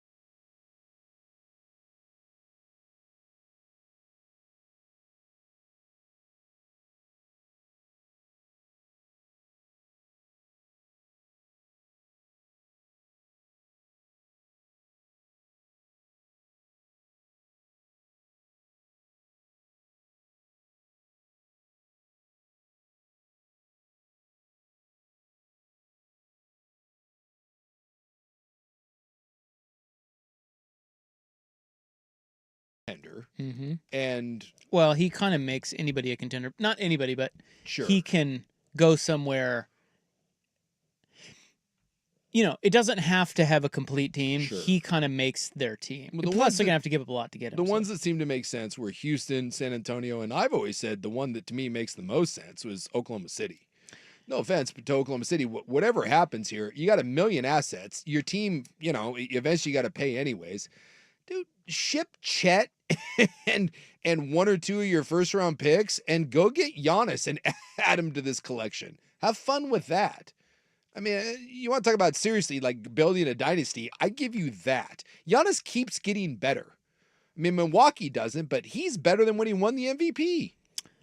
So the new odds-on favorite, according to one sportsbook, to land Giannis Antetokounmpo is, and no, I'm not going to say the Blazers. I wouldn't think so.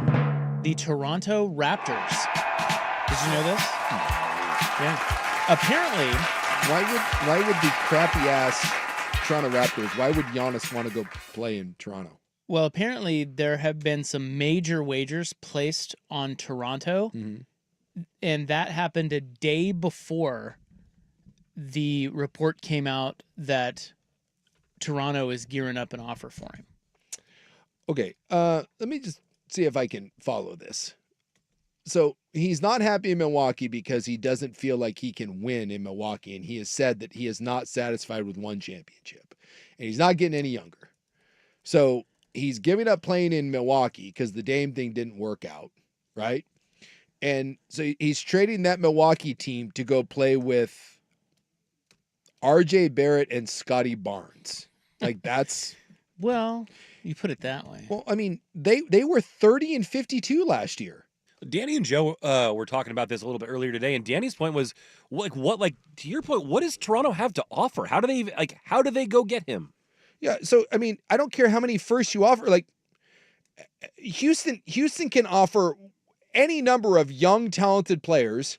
I mean, their top pick, Reed Shepard, didn't even play last year. And they're saying that, by the way, they claim that they think he can end up being the best offensive player they have. They have all those picks. San Antonio can offer you up a rookie of the year and the number 2 overall pick and another first to go get him. Oklahoma City can offer you up Chet and 9 first-round picks to go get him. And we're supposed to believe that their only real good player is Scotty Barnes? So, well, I don't think it's who's on their team. I think it's maybe more the fact that Toronto has some assets and flexibility to be able to basically build a team. So with him. So I think it's one of those things where, because the report was that Giannis and Toronto had mutual interest. I don't believe that for a second. And one thought may be that, one, they can make an attractive offer to Milwaukee for Giannis, but also they have other stuff that they can put some other acquisitions around him. So in other words, you kind of build your own team, and he can be a big part of that. I don't know, dude. I don't. Where did this report come from? I think originally it was the Toronto Star. Okay. Well, I question things sometimes because it's just you want to get out of Milwaukee to be a part of a winner, and your goal is to go back to a total. How old Giannis is? 30 now? 30? Yeah. Did you see what he posted though to the social medias? No. What did he post? Well, he just posted 2 laughing emojis. Oh, after so the he report. turns 31 this year. So you have 5 more probably prime. And by the way, we did this with Dame. You may not have 5. You may have 3 truly prime Giannis years. And he has said, 1 title, not enough. And so he's going to force his way out to go to a team that won 30 games and has arguably 1 real building block. Well, again, that's just no. I think the idea is that they suck, and so they're just gonna they're gonna get him, and they have enough flexibility and assets to put stuff around him. So it's like a create your own team. Because that's worked so many. I don't know. Well, again, I think that I'm just trying to tell you that's the. It's not that he would go there with all those crappy players or marginal players. It's that he would be a part of having a say in putting rebuild around him. So again, in today's NBA world and the salary cap and the apron that is designed to specifically prevent this and makes it harder to do, I'm sorry. This is nonsense. It's absolute nonsense. And I hate to do the whole fake media crap because that's, where that comes from. But I do. Some of the narratives that get put out there, they're so embarrassingly bad, and they're not rooted in any sort of substance. And It's called sports. And I hear it all the time. And it's not from like minor play. It's from the ESPNs and it's from the Foxes. And it's just, I don't know. It's just, it's ridiculous. Well, they did make a move for Kahai. Yeah, years ago. when they were the number one team in they were the number one seed, I think 2 years in a row, and couldn't get out of the first or second round. And so they made a swing to go get him. This is a team that won 30 games last year. 30 games. Yeah, again. That's like saying the Utah Jazz Listen, man. are going to make a deal for Giannis. I don't know. Well, maybe they will. I don't know, pretend to know the ins and outs, but in this league, you never say never. Yeah, well, I'm going to say never to this. He's not forcing his I way love to your Milwaukee. conviction. Yeah, I'm saying never. Also, KD to the Knicks is a thing. Yeah, I could see that. Because Phoenix likes Karl Anthony Towns because he's buddies with Devin Booker. Okay. Back to their Kentucky days. Yeah. So they're thinking maybe KD to New York. Yeah. And again, see that like that. New York's a team that was Eastern Conference Finals, major market, and just fired their coach and is going to do anything to try to microwave this and get him over the hump.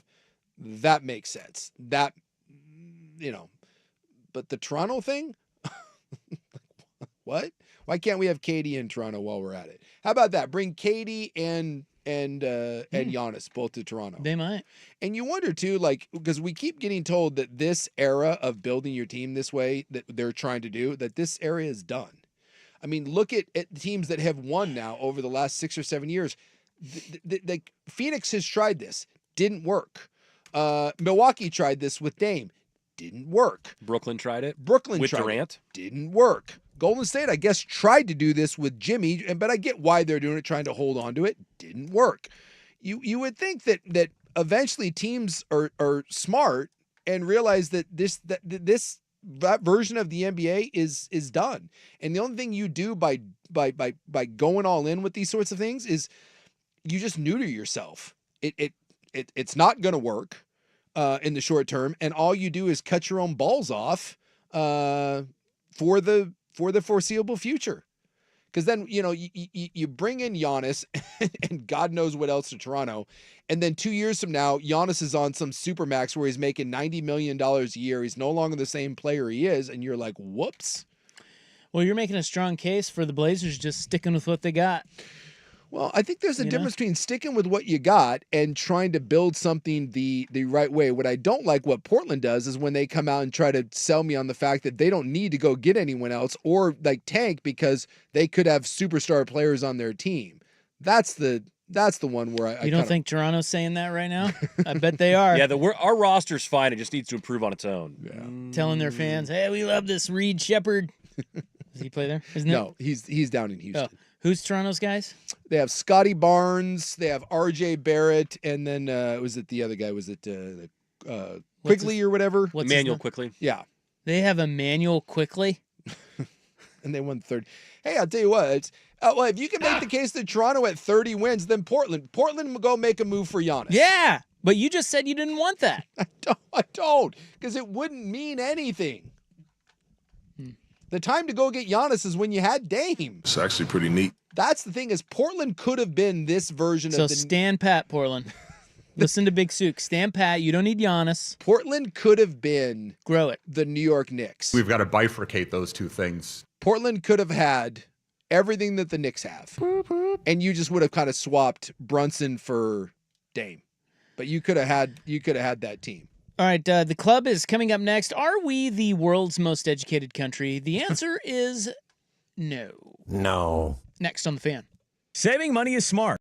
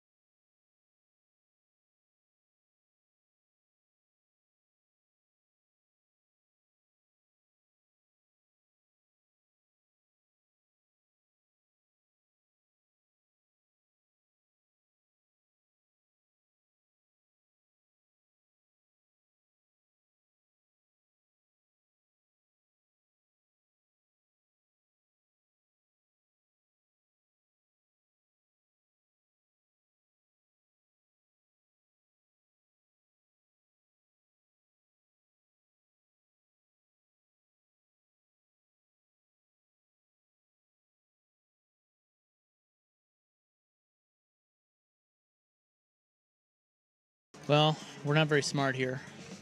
No. Wait, I mean, in the U.S. No, we're getting dumber by the day. Sure feels like it. Yes. I'm too dumb. I don't even think about things like that. I love being dumb. Well, the world is better when you're dumb and ignorant. Yeah, but yeah. Fat, drunk, and stupid is no way to go through life. Hey, blissfully unaware, though. Yeah, but you know what?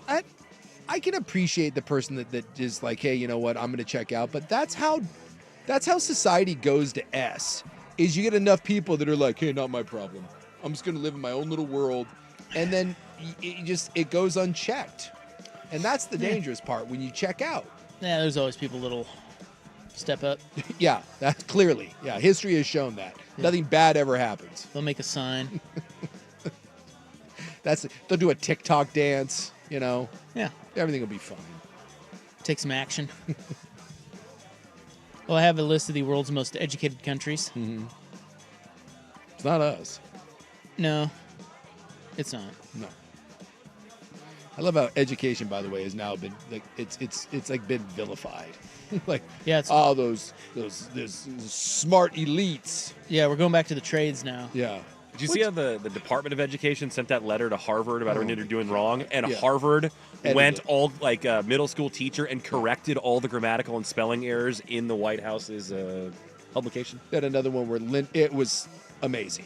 Linda McMahon, who's she's in charge of the Department of Education. By the way, that's Vince McMahon's wife. Yeah, of wrestling fame. Department of Secretary of Education. Vince McMahon, horrible human being's wife, is somehow in charge of our Department of Education. She was before Congress, and she was spouting numbers, and one of the congressmen had to correct her on her math, and then she was like, had to admit she's not very good at math, even though she's in charge of the Department of Education. So you're saying we're not number one on this list? No, we are not. And by the way, there's nothing wrong with going back to trades. By all means, we need more tradesmen. And for college isn't for everyone. There's no reason to go to college and waste a bunch of money to get a liberal arts degree you're not going to do anything with. But we've come to the point now where we're like discouraging people from being smart. Somehow, like being smart and educated and worldly is somehow a negative. Again, we're doing the whole idiocracy thing. Well, this is a very basic metric. It's by share of people ages 25 to 64 that have a bachelor's degree or better. Sure. Okay. So it's that's a very simple. But I mean, a decent metric nonetheless. Yeah. And the U.S. is 7th. Okay, you know what? That's better than I would have thought. Hey, look at us. What percentage of the U.S. do you think ages 25 to 64 has a bachelor's degree or higher? This puts us 7th worldwide. 30. The number one country? Oh, wait, what'd you say? I was going to say like mid-30s. It's like 30, 35 maybe. We're at 40.3%. Okay. Of the United States. Yeah. Ages 25 to 64 has a bachelor's degree or higher. So that's, a little low, but comparatively, the number one country on this list has 52.4% of its people. I'm guessing that's somewhere in the Scandinavia range. Who have a bachelor's degree ages 25 to 64. Maybe the Chinese. It is actually a surprising country. Japan. I was not expecting this country to be number one, and this is going to sound terrible, but I just didn't think they were that smart. Look at you. Well, that part sounds terrible. That does sound terrible. I'm just joking. They're great. The Germans. They love to drink. It's the Irish. Oh, okay. Ireland. Number one. Look, I'm not going to lie. I love Ireland. Been to Ireland. Incredible place. I would have thought this would have either been an Asian country or or way up north. Ireland, 52.4% of people ages 25 to 64, bachelor's degree or higher. Number 2, Switzerland. That makes sense. Number 3, Singapore. Number 4 is Belgium. The UK is 5, followed by Netherlands and then the United States. That's shocking to me that that Japan is at 34.8%, and they are because I've never seen a place take their education more seriously. 18th. In your face, BTJ. I guess.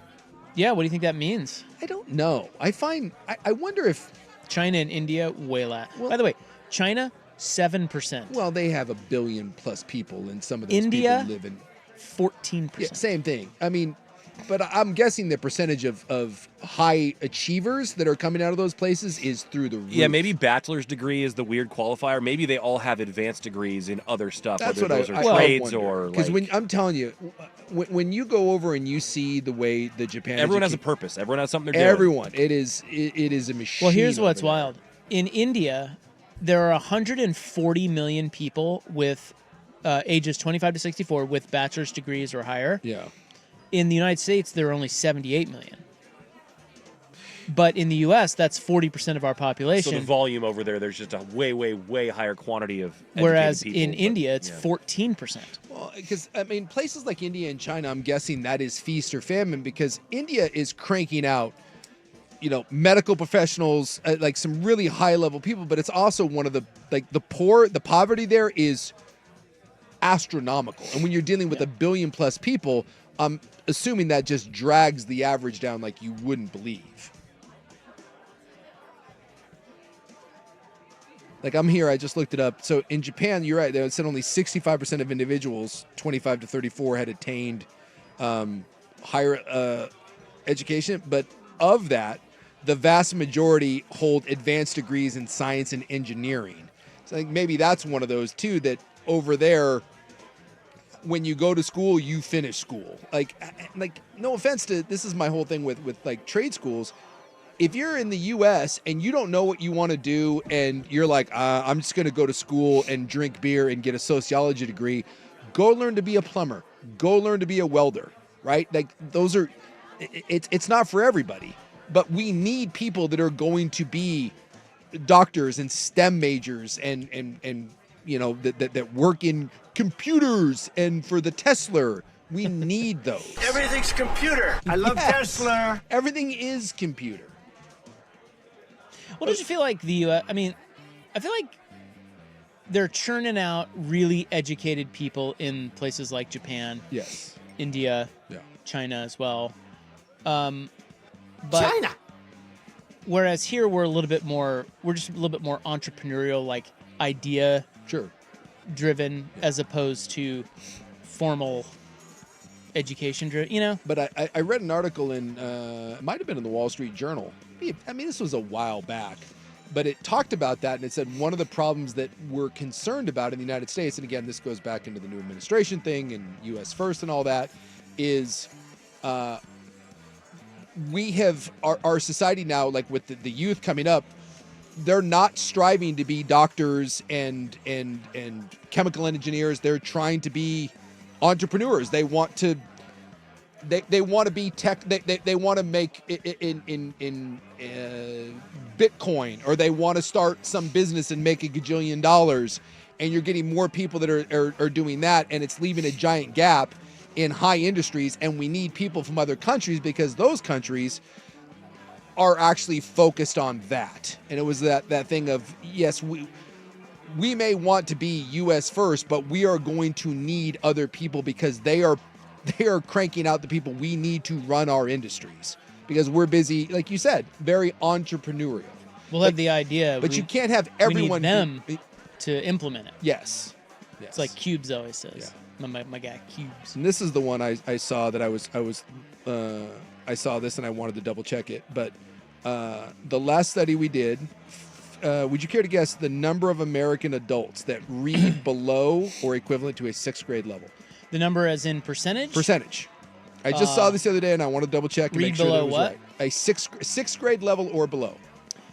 I'm going to say... Makes you functionally illiterate. Yes. I'm going to say 26%. 54%. Whoa. God. Half the adult country considered illiterate. 6th grade or below. So it's functionally, but it's not. They're saying that 21% of adults in the U.S. are basically illiterate. 21%, 54 read at a 6th grade level or below. I think that the idea, now that I think about that, I think we would be shocked at who is technically illiterate. Yeah. It does not mean, just because... No, it doesn't mean you're dumb. It doesn't mean you're dumb, and it also doesn't mean you're not successful. Yeah.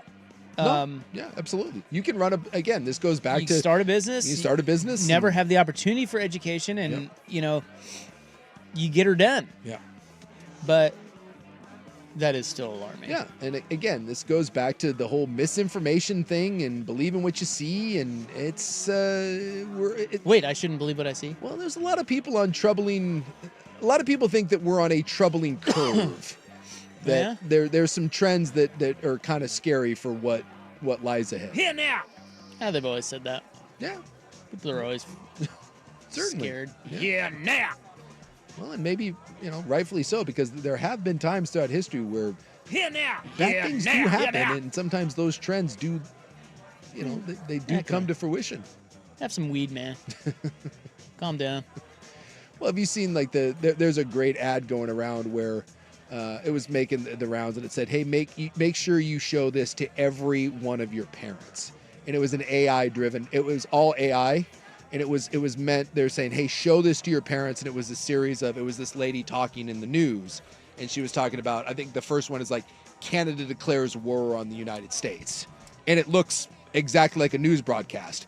And then she goes, "Oh, and by the way, Mom and Dad, I'm not real. I'm not a real person."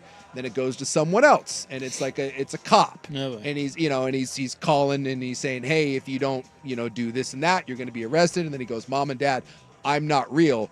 And the whole point is like this stuff is going to get so difficult in the near future to ever to figure out what is real and what is not, and you get people that maybe again aren't the most savvy people in the world, and maybe not the most educated, or maybe you don't, just like you said, doesn't mean that you're dumb. Maybe you're just naive, and the world going in a different direction, it makes people vulnerable. Especially I'm as we really get older. rich. Okay. It goes drip, drip, drip. I'm not scared. It worries me a bit. I'm too dumb to be scared, and I'm too old. Probably gone in a couple years. I am concerned that if we get to the point where no one believes anything that they see, then the truth no longer matters, because the truth just becomes whatever you decide it is. Yeah. And we're in some ways we're already there. You can catch someone saying something, and then when someone asks a question about it, they're like, "I didn't say it," and they're like, "Well, yeah, you did. Like, we have it on tape," and they'll be like, No, it wasn't me. No, it wasn't me. That's right. Yeah. I mean, I've had conversations with people about that, and you'll be like, "No, this happened," and they're like, "Well, I don't believe that." And they're like, "What do you mean you don't believe it?" And they're like, "Well, that didn't happen." And you're like, "No, I can prove to you," and they're like, "Whatever." Like, Very successful, very rich. And if it becomes to the point where you get so entrenched in whatever you decide is your belief system, if that's real, and no one can convince you otherwise because everything can't be trusted and there's no line between reality and fantasy, I personally find that terrifying. And it, to me, seems like we're kind of careening down that road. And we're at the very beginning of AI. What happens 10 years from now? Hey, that's a good seg. Good segue. What people are now turning to AI for? It will be the death of us all. That's next on The Fan. The home of dirty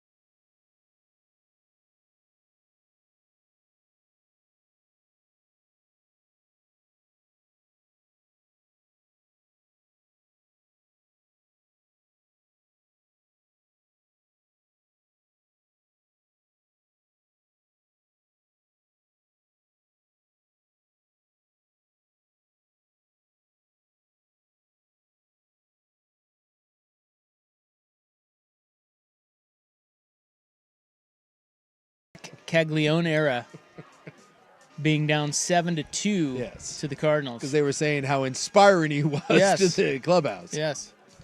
They are now leading 8-7, clearly inspired by the call-up of rookie sensation Jack Caglione. So they've had a 6-run inning here. Hell And this yeah. inning is still going on, and here it comes. He's up. He's up. He's up right meow. So we'll see what sort of inspiration he has. 0 for 2. They're not quite as excited about his plate appearance here as they're showing his family in the stands. The dad has sat back. They're all sitting down now. Earlier they were. Anybody sniffing their stuff? Not yet. I still haven't seen that. I think Sook's lying about that. I am not. The brother, we assume it's the brother, clearly was downstairs and then goes upstairs to the nose. We all know that motion. And he grabbed it out again. 0 for 3. But the most I tell you what, he hit it hard again. He has hit all 3 balls hard, and they're the most exciting hits right at someone. Can we just ask this question? Is he the best player in baseball? I would think so. Right now. I mean, maybe not the best, but I think one of. Is he the best with a batting average of 0? There you go. He is the best. He is the best hitter in Major League Baseball with a 0.0 batting average. Well, you were talking about AI. Yeah. And that leads us nicely into our next bit of commentary here. And it is that, Chat GPT launched just, like 2-3 years ago. Mm-hmm. And it can help you write an email or resume or destroy the education system one student at a time. Create a meal plan, whatever.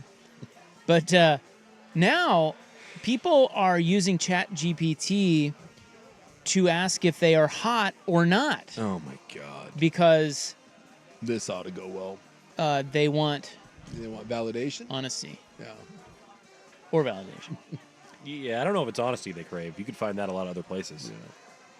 From analyzing photos to recommending specific products, some users say the bot has become their brutally honest beauty coach. Yes, people are turning to AI for straightforward feedback on their appearance. What could possibly go wrong with this? Across social media, people are posting screenshots of ChatGPT's assessment of their looks, complete with product suggestions that range from hair dye to Botox. So people are like, should I do Botox?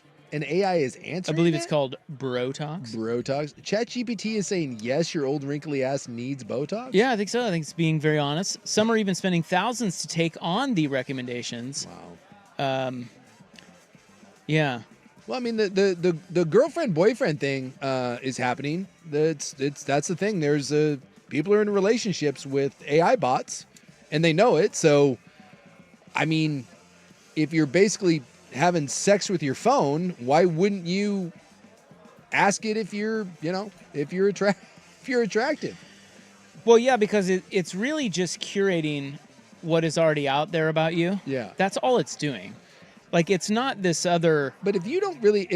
If you don't have, like, I don't post things... I mean, there's photos of us. So would ChatGPT know if you were just some dude and be like, am I attractive? Does it compare your photos to others? I'm going to try it for you. Do you have ChatGPT? I have the app, yeah. Okay. I don't really use it much, but... I do not have the app. It is? Again, my official old manness, much like the DoorDash thing, I'm out on the air. How hot is Jason Sukenik? He's going to talk about my temperature, though? I think you'd probably say, is he attractive? How attractive is Jason Sukenik? Attractive. Okay. See what it says I here. just wanted to come back with, like, ew. Searching the web. It's going to be like the Magic 8 Ball. Try again later. Yeah, try again later. Ew. Ew. Blah. Oh, how about this? What? Attractiveness is inherently subjective and varies based on individual preferences. Yeah. Jason Sukenik, known as Big Sook, is a former professional football player and current radio personality on Portland's 1080 The Fan. Hey, look at that. All of that is true. He is ugly as sin. What? Can you believe they said that? No, they didn't. So they punted. So to your point, they're right. I think what about, like, I think you would have to find someone that who has a bunch of posts and stuff like that. Who's the most social media guy at the Fan? Oh God, probably Danny, right? Danny. There we go. Ortner, right? But like Danny, like live tweets all the Blazer games. Yeah. So like I think the volume is probably there more for Danny, probably. Yeah. Okay. Ortner puts out videos, so I don't know. Yeah, I just don't know how. We already are raising a generation of children that are, it's like the most anxious group of human beings to ever walk the planet. And now we're going to ask a robot to tell them if they're attractive or not. I understand that AI is going to help us, but no one else sees that this is just there. I just don't see how in any way this ends well. It's got more about you here. Does it? Yeah. I think you're going to like this. Okay. It says his Instagram account offers a glimpse into his personal life, showcasing moments with family and friends, as well as his sense of humor and authenticity. These qualities, confidence, dedication to health, and a genuine personality are often considered attractive traits. So while there may not be widespread public discourse specifically addressing Jason's physical attractiveness, his commitment to personal growth and engagement... Wait, hold on. His personal growth and his engaging presence on social media contribute to a positive public image. So if I'm taking You're that, a hottie. now I feel great. Now I can be like, yeah, what's up, AI? You're a hottie, dude. And someone asking, is BTJ an AI bot? It's possible. Ooh, she might be. It's possible. How attractive is... Are you Isaac Robb? No, not me. I don't... I'm going to do Danny because he's got a lot of... Yeah, I would think that he probably has the most posts. But again, careful. You're careful going down those roads. Why? Calling him ugly? No. Let's see what it says here. It's one of those. This is why I just think it's such a weird... If you took someone that was in a fragile state, right? And I think a lot of people are in a fragile, anxious state. What would it do to someone who really is anxious to have internet tell them that they're unattractive? Well, I think there's only certain types of people that are doing this, and it's people that want to be more attractive, and so they're looking for ways they can do that. You know? Yeah. Right? Like, there's only... A lot of people don't want to hear it. Yeah. Because they can't handle it. Sure. But there are other people who can handle it because they're going to do everything they can to improve upon it. But the ones that can handle it, can they? Well, or does that lead to massive eating disorders and, like you said, thousands of... Well... I mean, if you've seen the studies, like young women and like the body image that they have, and by the way, that's now going with young men.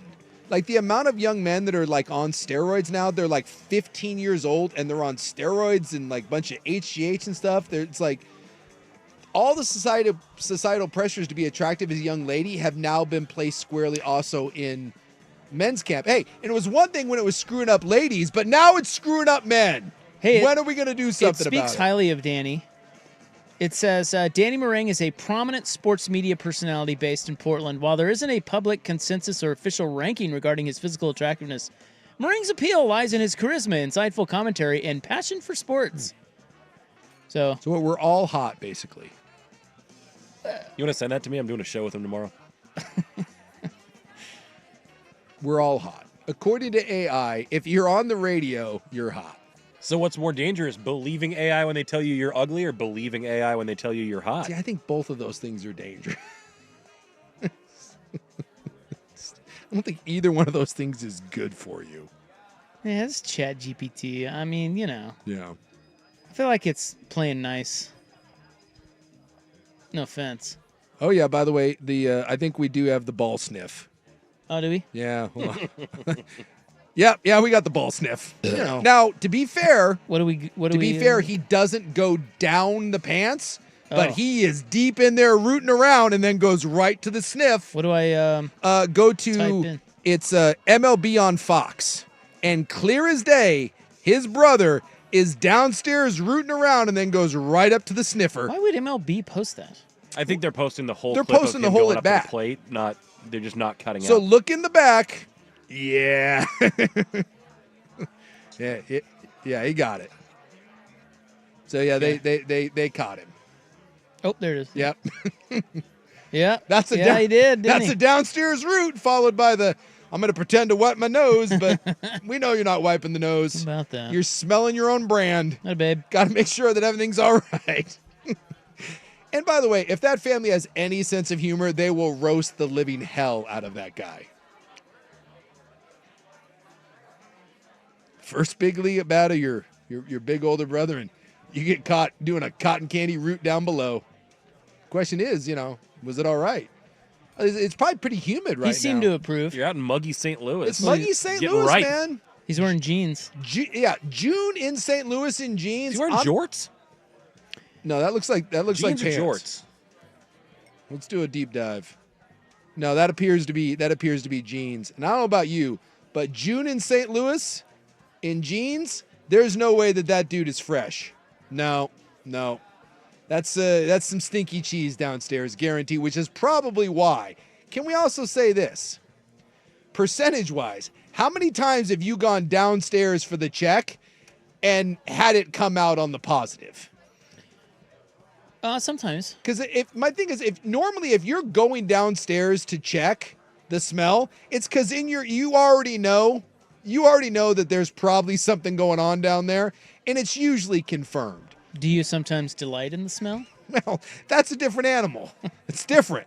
I'm just saying, most of the time you feel the need to go downstairs and then up to the sniffer, you already know what you're going to find. What does Fat Bastard say? Everyone likes their own brand? Everyone likes their own brand. And that's very true. Yeah. But you also know that when you like your own brand, you know that everyone else around you is like, whoa, that's not good. Yeah, well, but you know that by farts. Like, if you rip a really bad fart, I'm just like, oh my God, that's fantastic. Whereas everyone else, if they were in the room, would be throwing up. Yeah. Same thing. The smellier, the better. I'm just saying, I don't think men ever feel the need to go down on a hot, muggy day and come up with, that's fresh as a daisy. No. I don't know what the temperature is in St. Louis right now, but there's no way that old Jack's brother there is fresh, which is why he checked. All right. Well, ChatGPT helping ladies, mainly get hotter. I've got Bear Cub news. Ooh, what do we got? Well, I don't know. It's a tease. I just thought maybe there would be. We're behind. Yeah. I like Bear Cubs. I got Bear Cub news, and we will get to that when we return. But first, here's Buck with SportsCenter. Now, from the George McCoy at Warren Allen Sports Desk, a SportsCenter update on 1080 The Fan. Ryan Buckley with this SportsCenter update. First on the Fan, the big news of the day coming out of the NBA as the Knicks fire head coach Tom Thibodeau despite the team's run to the Eastern Conference Finals. Thibodeau had signed a contract extension with the Knicks just 11 months ago that lasted through the year 2028. The franchise will still owe him $30 million. Over on the Diamond, the Mariners are opening up their final series of a 9-game homestand tonight. They start a 3-game set with the Orioles. George Kirby going out to the hill with that 11.42 ERA, trying to bring that down. Tomoyuki Sugano towing the rubber for the O's. First pitch from Soto just moments away. Quarterfinals today in Paris at the French Open. In the men's bracket, Lorenzo Musetti beats American Francis Tiafoe in 4 sets. Meanwhile, tournament 2 seed Carlos Alcaraz beats American Tommy Paul in straight sets. So Musetti and Alcaraz will meet in the semis. In the women's bracket, the 1 seed Arina Sabalenka advances in straight sets this morning. She will have to get through 5 seed and 4-time French Open champ Iga Swiatek to advance to the finals. And 79 players and coaches were on the National Football Foundation's Hall of Fame ballot for the 2026 College Hall of Fame class. That includes a pair of Ducks, former Oregon running backs Jonathan Stewart and Kenyon Barner. More sports scores and stories in 30 minutes. Ryan Buckley through George McCoy at Warren Allen Sports Desk. Curtain missing work insurance companies acting like jerks. Don't call your mom. Call George McCoy at warrenallen.com. Jump back to earlier parts of your favorite fan show.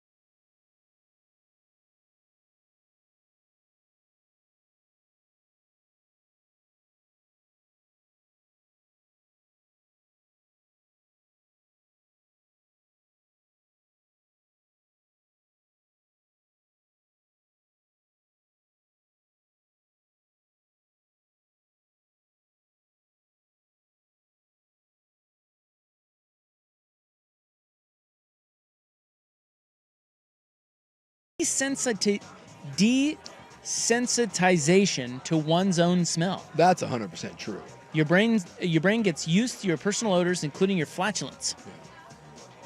This olfactory adaptation makes your own smells less offensive to you than to others, so you may tolerate or even not notice them as much. See, that is fascinating in that, like, I get from a body odor standpoint or whatever, but your fart or the smell of your leather bag, your coin purse, right, your prison wallet.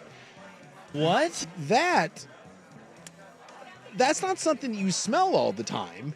That's a once in a while sort of thing. So you would think, especially when it's really foul and everyone else around you is like, I'm going to die, the fact that you can laugh and not have it bother you, that fascinates me. Number 2, biological curiosity. Humans are naturally curious about their bodies. Smelling your own fart can be a subconscious way of checking your health. Yeah. Changes in smell might indicate diet changes, digestive issues, or illness. Oh boy, that happens all the time where I'm like a night of drinking or something. What did you're I like, eat? what is happening there? Yeah. No, it's true. Like, you can... And I just ignore it, but... maybe What the hell is going on? Yeah. Exactly. Yeah. You fart and you go, what did I eat? Yeah, that's not good. I ate something bad. That's not normal. Yeah. 3, psychological ownership. People often find their own smells more acceptable or even funny because they come from themselves. These people are crazy. There's something wrong with them. There's a psychological detachment from disgust when it's self-produced. Yeah. Someone asked, can you ask ChatGPT if women also, do women do top and tails? Do they check? I'm going to have to ask the BTJ this. And number 4, gross fascination. There's a bit of the car crash effect. It's unpleasant but hard to ignore. Yeah. Some people are drawn to weird or taboo experiences, and fart smelling can fall into this category. Like the corpse flower, right? Morbid curiosity. Same sort of thing. Remember that flower that like blooms like once every so often and it smells, Yeah, exactly. It's like rotting corpse or whatever. You're like, oh, I got it. Or when something smells bad, your first thing you do is you have to smell this. Yeah, exactly. Yeah, it's the you tell someone, you're like, oh morbid my God, curiosity. this is the worst thing. Here, smell it. But now, is it just dudes that are curious about this? Because the text line also my God. asking, can you ask ChatGPT if women like to smell their own areas? Thank you. Unbelievable. 30 seconds ago, I literally read that. Said that. Just said it. Buckley, never change, ever. God! Never change. Love it. But no, the gross thing, I don't know about their own smells, but BTJ will often be like, oh my God, this is so gross. You have to taste it, smell it, whatever. And you're like, no, taste it? Yeah. Well, she'll eat something and be like, oh my God, that is so gross. She's like, here. I'm like, why would I take a bite of something that you just said is awful? But she is morbidly curious like that, 100%. ChatGPT, look, we don't need to get in too deep here. They say yes. Yeah. Check the oil. What happened? For a seemingly unknown reason, we have is that Libby Dunn maybe? Oh no, why that's would she be there? I was thinking this was the Pirates game. Maybe she likes Jack. Yeah, they have zoomed in on a pair of hots. Couple of hots in the Cardinals. They're checking out Jack Caglione. Yeah, I glanced up above your shoulder thinking that something was happening in the game. No, it's a pair of hots. All right, we'll wrap it up next. Perfect cameraman, you gotta love him. On the Fan. It's back. Your local Toyota dealers present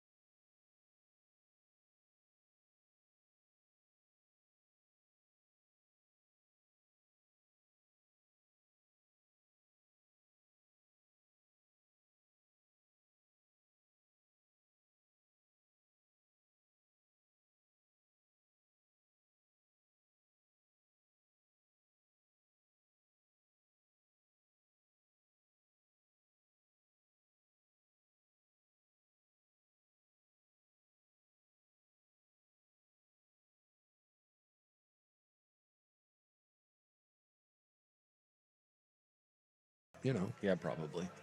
Just saying, man, bring the thunder. Well, that's the plan. Lightning and thunder. There's a lot of tension right now in the building. Just like when it's all over, you guys are going to get together and like hug and be like, "Oh man, if it wasn't me, I'm No, glad it was here's you," how it works. or they're all going to be pissed. You know very well how this works. Talk S behind Lord of the everyone's Flies back. style. Yeah, one of those guys will get that job, and they will be secretly loathed by all the other guys for the rest of time. And it will never be discussed. It will just be that SOB. Yeah, there will just be a simmering resentment. Yes, that's how it works. And then, like, behind closed doors, then they'll talk about how bad they suck and they would have been so much better. And, Yep. you know. That's right. All right. That's right. That's good. I like that. And then, at, like, a company function, someone will get drunk and awkwardly someone will say something and, you know. all Start right. a feud. Yeah, I like where we're going. We don't have enough feuds around here. I don't know if we really have any feuds. No. We can start one. We can start one with the I new don't show. like to start 'em. We can start one with the new midday show. Danny and Buck. Well, see, now Or will it be Danny you and- just started a feud right there because now you just assumed it's going to be Buck. Will it be Danny and Schultze? I'm just fearful that Schultze is going to end up stabbing. Like, you know, it's like one of those, like, if someone's going to commit murder around here, it's going to be Schultze. So now he's wearing a headband. He's got some confidence. You got to have confidence to wear that headband. I know you do. I mean, he's like wearing that out in the street. That's a public headband. You know, Dusty being the new boss, he's an Astros fan. Yeah. Did you see Schultze rolling around in the Astros do-rag the other day? No. Yeah, yeah. Is that a smart play? How can he be like pandering? Schulte's full Mariners? How can he be wearing He's Astros? sucking up to Oh, Dusty. My goodness. He wants the midday gig. Oh. Hey Dusty, how about those Astros? See how it goes. Better up my game. Go double headband when I show up tomorrow. Gonna wearing a Nolan Ryan jersey tomorrow. Ooh. Maybe a Mike Scott. Do you think they pull Buckley mid-show? They just go.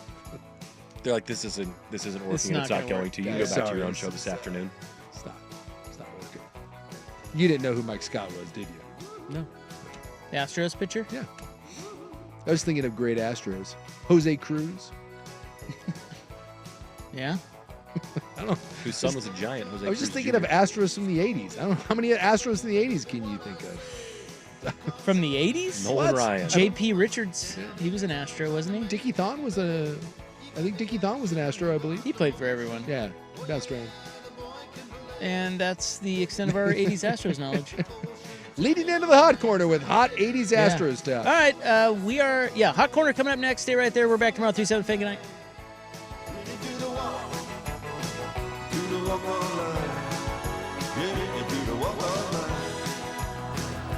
Red Chip.